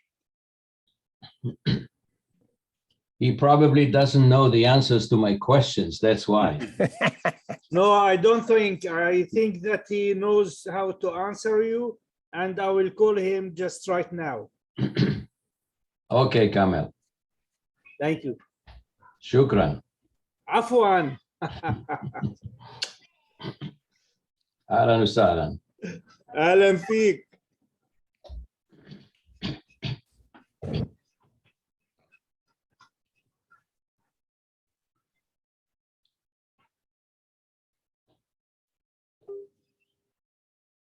In the meantime, perhaps Joseph, I can comment as OFER? Hamas representative.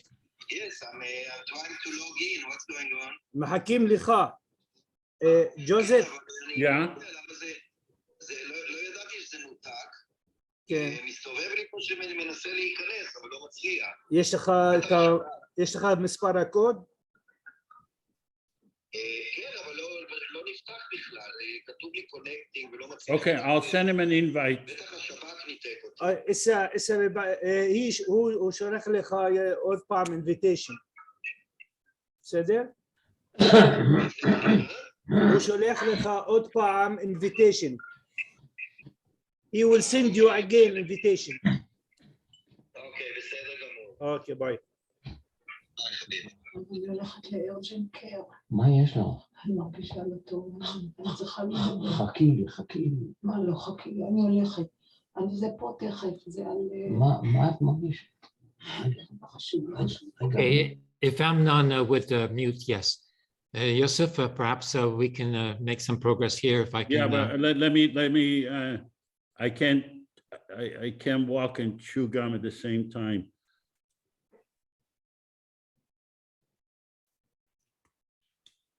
Okay, I'll just speak then while you're working. Okay, I send him the invitation. Yeah. Kamal, can you ask him if he got it? Yeah. Go ahead.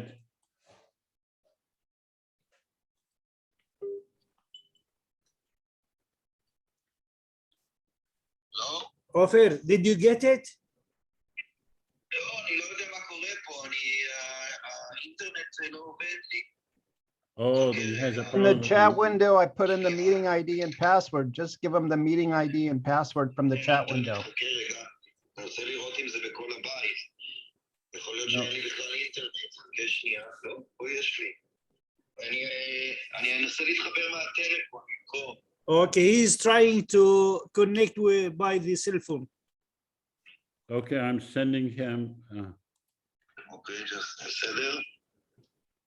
In the Sending him chat, another is the invite. meeting ID and password. Yeah, I copied it. I'm sending it to him. Okay. כמאל,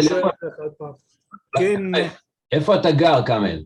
בנצרת, הזמנתי אותך 1000 פעמים. למה אתה לא בא? עוד לא הגעתי לארץ. אתה יודע שיש לך מקום מיוחד בפנים. אינשאללה, תודה רבה. אז הם מנסים, מחכים Okay, לך. I send him another invitation. Okay, in the meantime, Dr. Weisfeld, you can ask your question. Okay. In reply to Amnon, who presented a Hamas position, which is not a Hamas position, I'd like to clarify the Hamas position on the prospects for Confederation, which is that Hamas has stated its position publicly in 2 op-eds in the New York Times and the Washington Post, calling for mutual recognition of Palestine and Israel. Hamas is willing to recognize the state of Israel, and this opens up the prospect of a confederation between the 2 entities. So Amnon is referring to some historical precedents, which are no longer precedents because Hamas has changed its charter and Hamas has stated its position, which is contrary to what has been presumed. Abraham, if you're correct in what you're saying, that will make me the happiest man in the world. Trust me. I'd like Hamas to recognize the legitimacy of the state of Israel, and it would be fantastic. So I hope you're correct and I'm wrong. Hamas is recognizing Israel. Yes, Hamas has stated so in the New York Times op-ed and the Washington Post op-eds on the same weekend, as a matter of fact. So Okay. this is Well, can I make a comment? If Hamas has recognized Israel, it's a massive. No, that's not correct. That's not correct. Hamas has not recognized Israel. Okay. Hamas has called for the mutual recognition of Israel and Palestine. Sorry, I Okay, interrupted. meanwhile, Hamas's charter calls for killing every Jew in the world. So that's No, it pretty doesn't. strong. In your opinion, Yes, in your it opinion. does. You know it, I know it, they have The not. Hamas Charter of 2011 does not, and Yeah. does not even refer to Jewish people. It only refers to Zionism and the Zionist state. That is a 2011 So they only charter. want to kill all Zionists and the Zionist thing. Thank you, AB. That's very useful. No, Who but- said they're but gonna the kill? chart says- But Abraham, Zionists are Jews. So what does it mean? Hamas wants to kill the Zionists, but not the Jews? They are the No. same. Jewish people are not Zionists. Only a Oh, fraction. yes. of Jewish people are Zionists. Zionism is an ideology that it encompasses. Tell all that to Notori Karta. Notori Karta. That's Check those right. guys out. And Yeah, also those the guys. Jewish Fund is a Jewish national organization that is not Zionist. So Hamas can call for mutual recognition, but it does not presently recognize the state of Israel. That's the clarification I wish to bring. Okay. Let's see if he joined.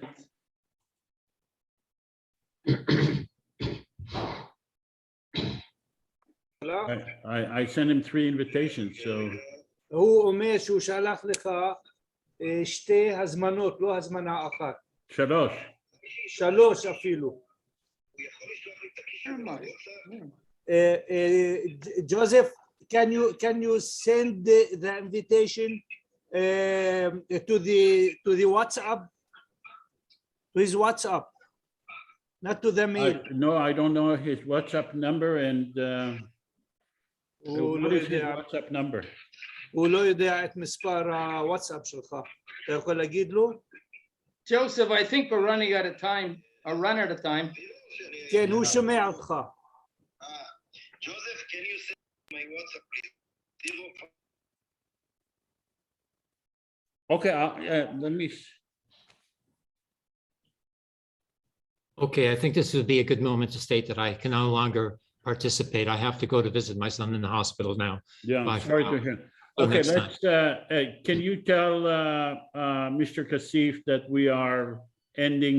But let me ask, regardless. Can I make a comment? I've been Yeah, waiting. Charles, yes. Everybody else has been ignoring the queue, ignoring the hands, ignoring everything. Yeah, sorry about that. Go ahead and comment, and then let's have David and then Shahira. But I'm not able to send it on WhatsApp, so if he joins, fine. But let's have Charles, David, and Shahira give their opinions. Okay, I think in terms of preconditions, since we're all human beings looking forward, I think that everyone wants to live in peace and security and justice with each other. The question is, how do we get there and what does that look like? And those who are convinced that this needs to be in 2 separate states, still looking forward, agree that after the 2 states happen, there will be confederation because actually Israel and Palestine are already one economic unit. You know, it's one economy already in terms of actual practice.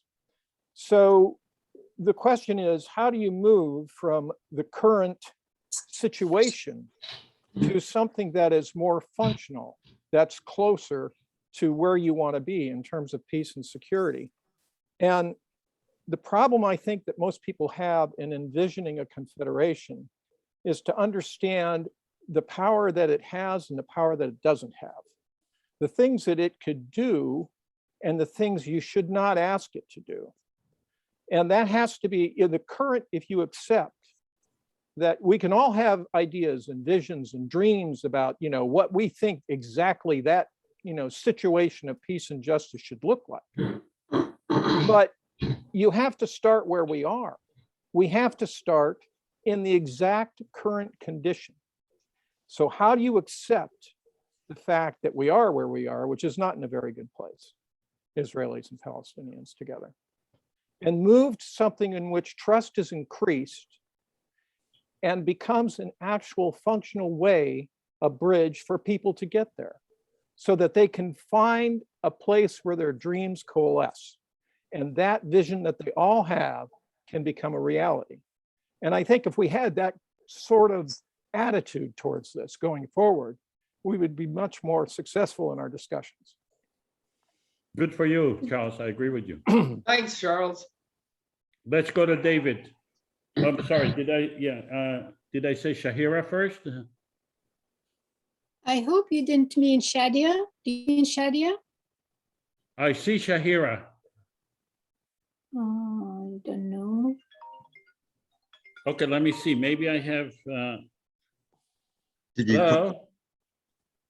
Hello, Joseph? Yes.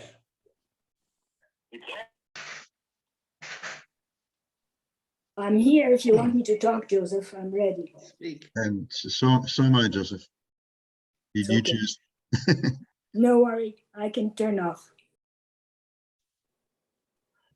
Joseph, you're muted. We don't hear you. He's on the phone with,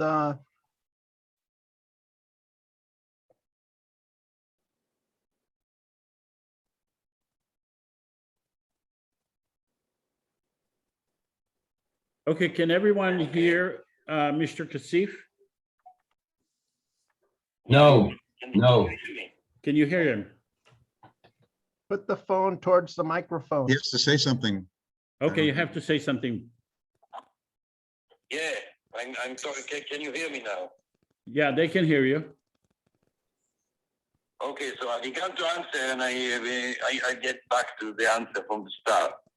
So as I said before, the state of Israel is a problem to the extent that the governments of Israel are not willing to get into serious negotiations with the Palestinians in order to end the occupation and live in good neighborhood with the Palestinian state side by side with Israel.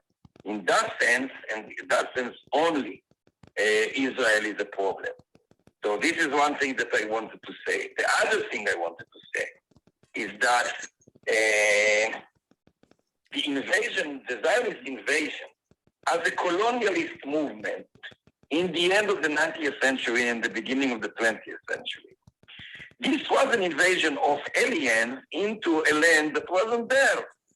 Palestinians lived there and the Jews lived there.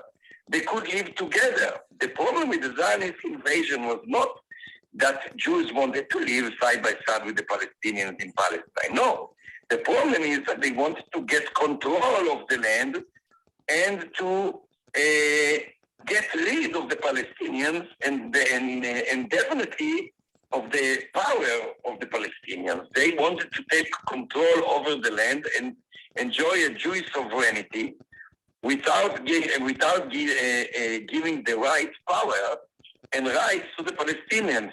And by the way, there were some Zionists who themselves wrote about it, and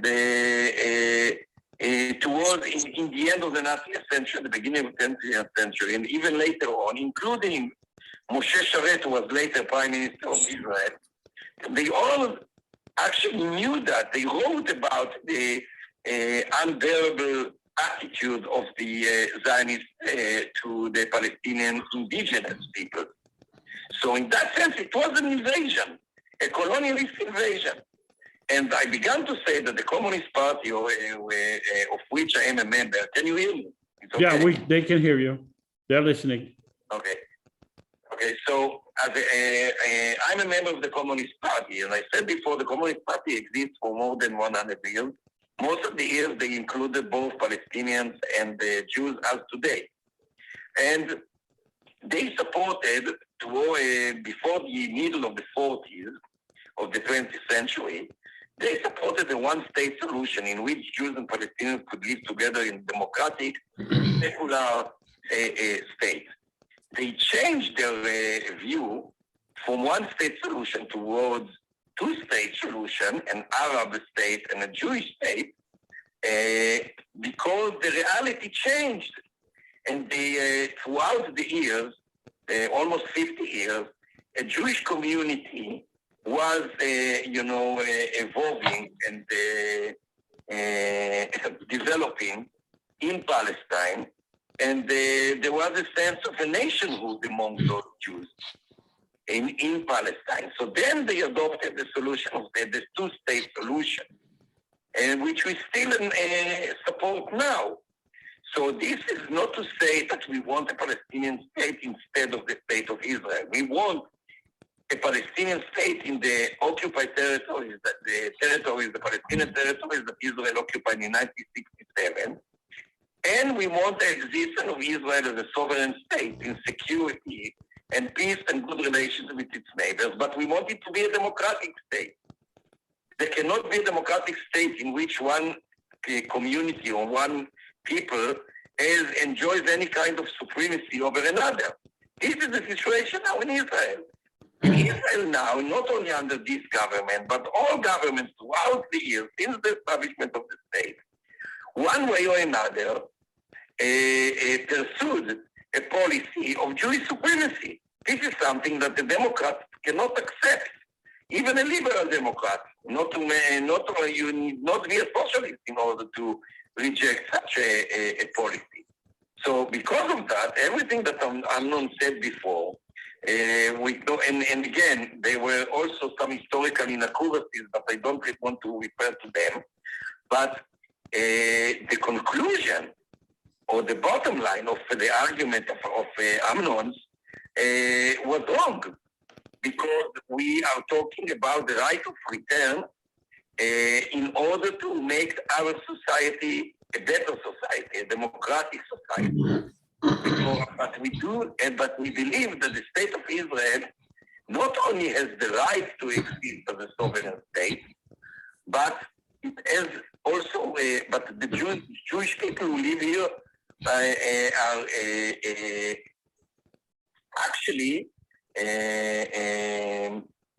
integral part. The right to self-determination in the state of Israel, and this is something that we always believe. Okay, let's. The two-state solution. Okay, we have Mr. CASSIF. We have David Mandel. We have Shahira, and then we have Shadia Kanan. Want to ask you questions? So let's go to David. Okay. All right. Okay.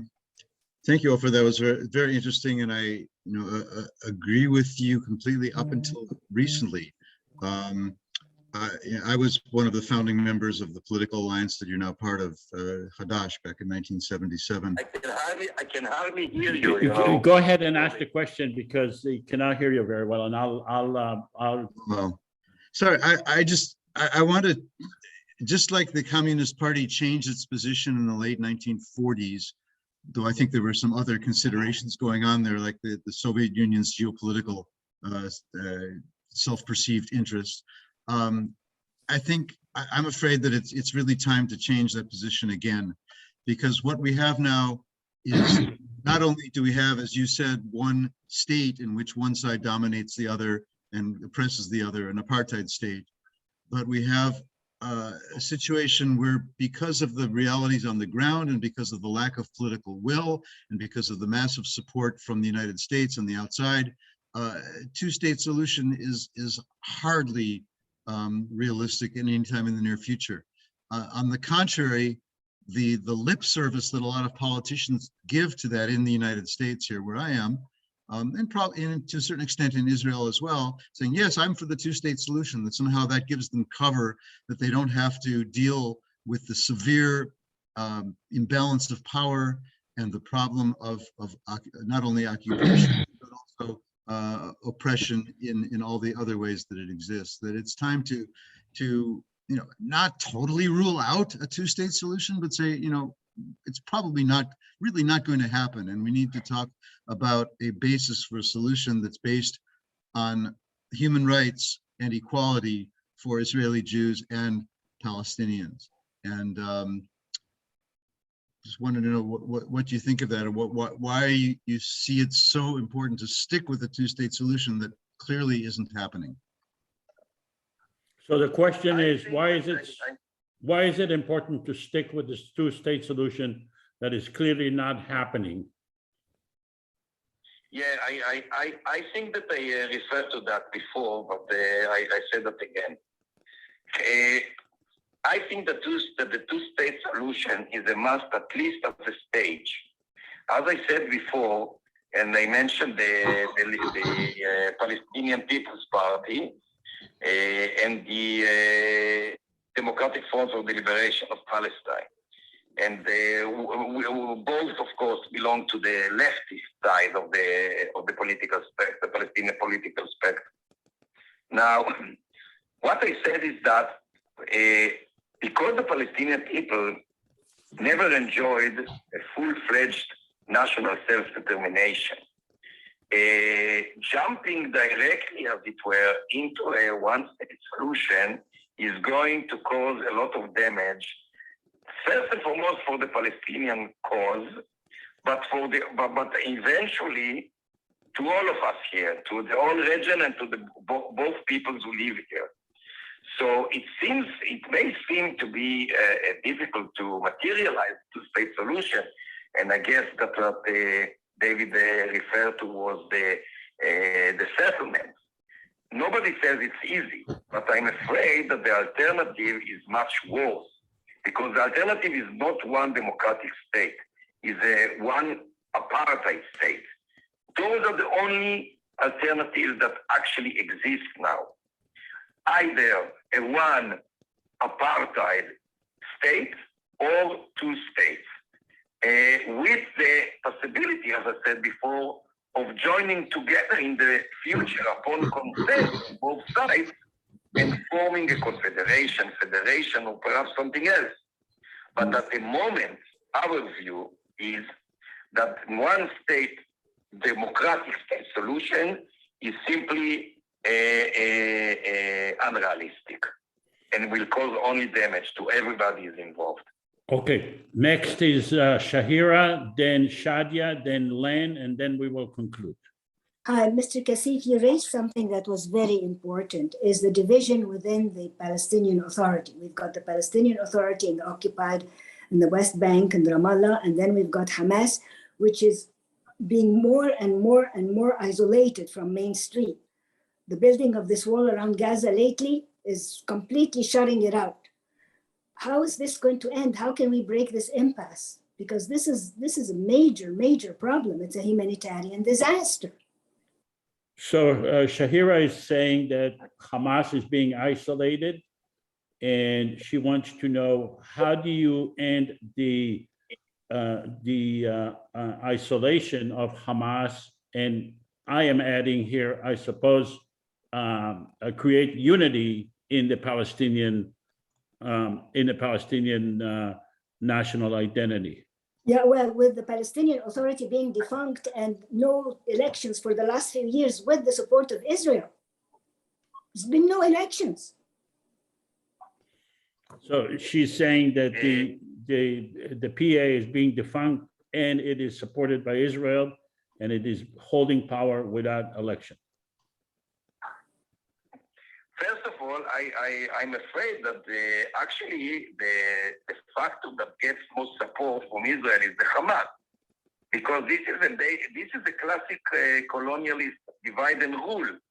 I want everybody to remember that the Hamas took control over Gaza because of the Israeli policy. Israel wanted the Hamas to take control over Gaza, and it still does use this division as an excuse for not getting into any peace talks or talks at all with the Palestinians, because Netanyahu for many years said, look, we cannot talk to them. If we talk to the Palestinian Authority, the Hamas wouldn't accept and we reach a deal, so to speak. The Hamas won't respect that. So there's nobody we can talk to. There are two authorities, and we cannot reach anything. Now, that was taking place while Netanyahu himself, in person, was responsible for weakening the Palestinian Authority, on the one hand, and strengthening the Hamas partly by delivering money from Qatar. So it was an intentional activity by the Israeli government to keep the Hamas as the ruler in Gaza and keeping the Palestinian Authority as weak as possible in Ramallah. So the solution must be, first of all, there is an internal solution that the Palestinians should reach to. I don't have any magic stick to make it happen. But I think that the tragedy of the Palestinian people nowadays, or part of the tragedy, is that sometimes it seems that the Palestinian Authority and the Hamas are more hostile to each other than to the occupier. This is a terrible, terrible reality. The people pay the price because of this stupidity. So it's time, and I wish I could know how to reach that. But the Palestinian people must be united. The Palestinian people must unite in order to get rid of the occupation and to live normally as human beings have to live. And unfortunately, I don't know how, because I don't have the power, you know, to change anything domestically, internally. The only thing that I can try to do in Israel is to stop the Israeli policy of divide and rule. And this is something we are trying very hard to do for years. And we shall continue. But you do not have a response, an answer for Shahira, who says that she's interested in Palestinian unity. You're basically saying you don't have a response to that. You don't have a solution to the. And also, OFER, you're absolutely wrong. Israel never wanted Hamas to take over Gaza. Wait. He doesn't hear you, Amnon. So can you tell him that, Joseph? Israel never wanted Hamas to take over Gaza, and I don't know why he's saying it. He's absolutely wrong. That there's nobody to talk to, but I don't know how to achieve such a unity, because it seems that the Palestinian Authority on the one hand and Hamas on the other hand, each and one of them would like to cling to its power. And it's more important, apparently, it's more important to them than making a united government in order to get rid of the occupation. And it's very, very shameful. It's a tragedy, as I said. It's tragic. But Amnon is saying that Hamas was created after Israel left, and Israel did not vote for Hamas. Israel never wanted Hamas to take over Gaza. That's what I said, Yosef. It was a process. And the process began much earlier when Israel, for instance, insisted there was a president, Arafat was the president. There was nothing like a prime minister. Israel invented the idea of prime minister in order for the Hamas to win the position of prime minister. And there were some other things in this process. By the way, the Hamas itself was actually established in the end of the 80s thanks to Israel. Sheikh Ahmed Yassin was the leader of the Hamas. There are pictures of him sitting with Rabin in his chamber in the center of Tel Aviv, because Israel thought, obviously mistakenly, the government of Israel thought that the Hamas will be an alternative, a better alternative to the Israeli interest than the PLO. And because of that, Israel supported the establishment of the Hamas in Gaza. And as I said, there are pictures of Ahmed Yassin, the leader of Hamas that eventually was assassinated by Israel, sitting with Rabin, who was not the prime minister then, he was the minister of defense in the end of the 80s, during or just before the first Intifada, and sitting in Tel Aviv with Rabin. So, and there are so many other examples. So it's simply untrue or mistaken to say that Hamas took control over Gaza and just after, and not because of Israel, and that the Israeli involvement came to the fore only afterwards. It's simply not true. Let's go to Shadia Kanan. She's waiting patiently. Yes, thank you. I would like to just ask, I don't know if this question has been asked before, where the Israeli settler population fits in the category under the when we said there's Israel, West Bank, and then the Hamas. Where would the settlers who are ever expanding nonstop? There is a population of over 607,000 Jewish settlers in the heart of the West Bank, among Arabic Palestinian cities and villages. Now, theoretically, where would they fit under a one-state solution or two-state solution? And that's a question for you, Joseph, and for Mr. CASSIF. Okay, because I am not proposing one state or two state. I'm asking confederation. And under the proposal that we are making, there will be 300 districts, and they will have their own districts. not necessarily their own district. The district could be with Palestinians. We are not looking at them as settlers. We're not looking at them as Palestinians or Israelis. We're looking at them as population out of 14 million people to vote. And then it would be up to the parliament to decide what to do with all the issues.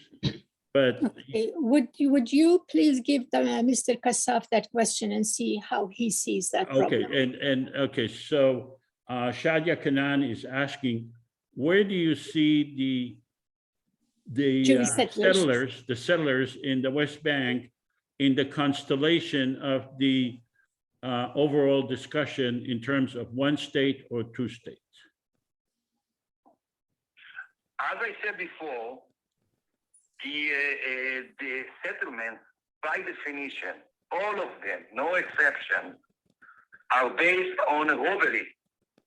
They have no right to stay there. In my view, in our view, all settlements, again, with no exception, should be evacuated, and the people who live there should come back to the state of Israel proper, which is the 67th border.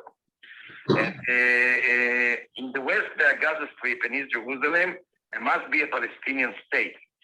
And there's no room for people who want to undermine such a state from the start. A Palestinian leader said to me years ago that they have no problems with settlers, they have a problem with settlements. That means, of course, what he meant to say, to be more precise, because I wouldn't like to be sound as if I was giving a legitimacy to the settlers, because I absolutely don't. I absolutely don't. But what he meant is that they have no problem with individual Jews to live in a Palestinian state, but not as settlements whose political endeavor is to undermine and destroy any chance for Palestinian sovereignty. Okay, let's go to Len. Len? Mr. CASSIF, I'm calling from, well, the moment I'm in the States. Normally I'm in Canada.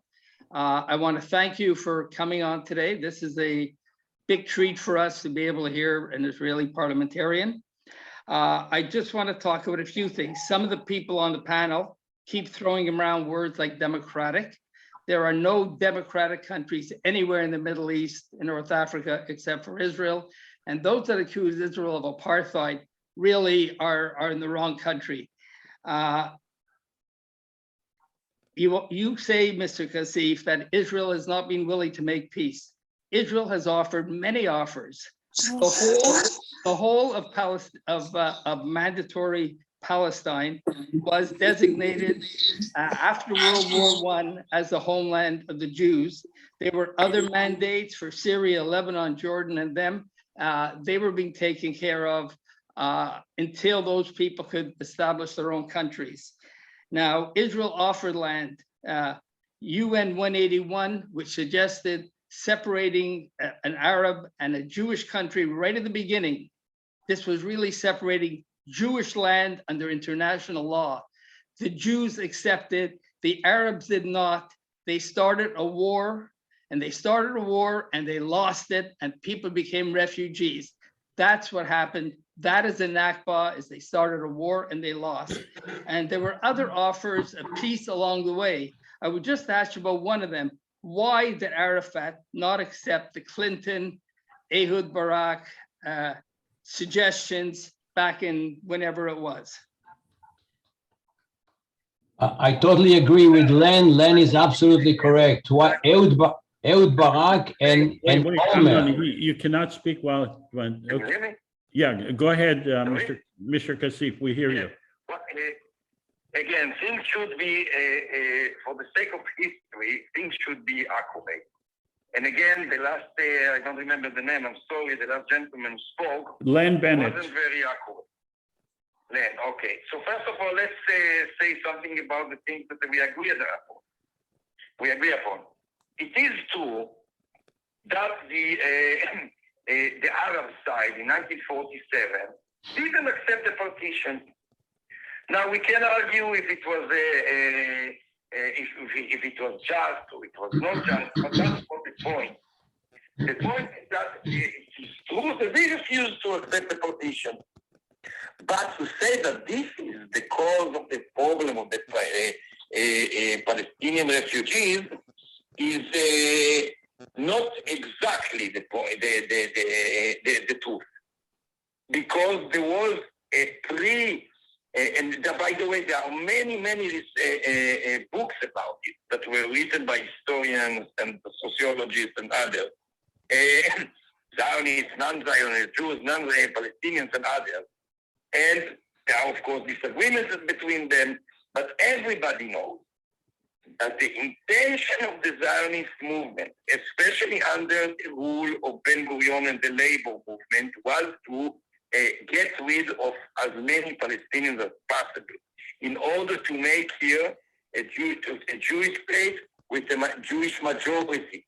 And because of that, the deportation of the Palestinians, and I think that Amnon said it before and I forgot to refer to it, to say that the Arab leader encouraged the Palestinians to leave and because of that they flee, this is so inaccurate. It's not to say that such events didn't occur, they did, but the main cause was the attitude and the policies of the state of Israel, and before that, by the leadership of Ben-Gurion and the labor movement within the Zionist Federation and the institutions that were in Palestine. So it is true that some of the Arab leaders and the Palestinian leaders did say to the Palestinians, you just leave and you get back soon. But this is not the main issue. The main issue and the cause of the Palestinian refugee problem is because of the policy of Israel and of the Zionist movement before the state was established.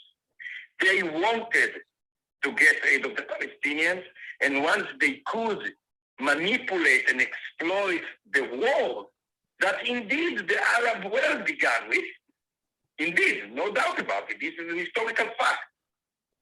But Israel wanted and used and manipulated and exploited the war in order to get rid of those Palestinians. And it's better, and I suggest to everyone, no matter what one's ideas and political beliefs are, to learn very well this history. There are so many researchers and books, especially in the last few years, that shed light on some things that nobody knew before. Just a new book was published last year by a Zionist Jew from Israel, an Israeli historian, that in regard to the property, the Palestinian property that was robbed by the military and others. Now there's a new book based on documents of a rape and serial and systematic assassinations of Palestinians in 1948. Those were responsible for the birth of the Palestinian refugee problem, not the Arab countries around, apart from of course, that they waged a war against Israel. This is something that we do not accept, of course. And this is, of course, a thing that we should reject. But this is not the issue. This is not the reason or the cause of the Palestinian refugee problem. So please, my friend, let's be truthful. Let's be accurate. Joseph, I'd like to respond to that very, very quickly. Anand, can I ask a question? Let me just respond. What was the name of the author? What was the name of the author of the book? They want to know the name of the author who wrote the book that you were referring to. Adam Rav. Adam Rav. It's ADAMRAV. I'll give you another book to read. Okay, we're going to conclude. Let me just make one comment on that. First of all, OFER, with all due respect to you, You're totally wrong. There are recordings and flyers that were issued by the Arab leaders in 1948 war that says to the Arab residents of Israel at that time, or Palestine at that time, that says specifically, we are going to overrun the entire area. If you don't leave this area on your own volition, we're going to come in and kill all of you and treat you as traitors. And if the Jews stay there, they will kill you. So you must leave. So most of the Palestinians who listen and heed that suggestion, and they left, and they created the refugee problem. Now, the Palestinians, let me just finish. The Palestinians who chose to remain in the state of Israel today are the happiest people in the world in terms of all the quality of life that they have. Guys, nobody hear anything. Okay, so let Ofer, he's our guest, let him finish. The main reason that the Palestinian refugee problem was born was the policy of Ben-Gurion and his allies. That's not to say that Arab leaders in different Arab countries didn't encourage one way or another the Palestinians to leave. Of course, those things did happen, but the question is not yes or no, black or white. The question is in the bottom line, what is the main cause? The main cause, and because of that, the blame is to be put on the head of Ben-Gurion and his allies. They are responsible historically for the Palestinian refugee problem. Without without purifying, as it were, the Arab leaders. They have guilt themselves as well, but they are not the main guilt. Okay, guys, I have to go.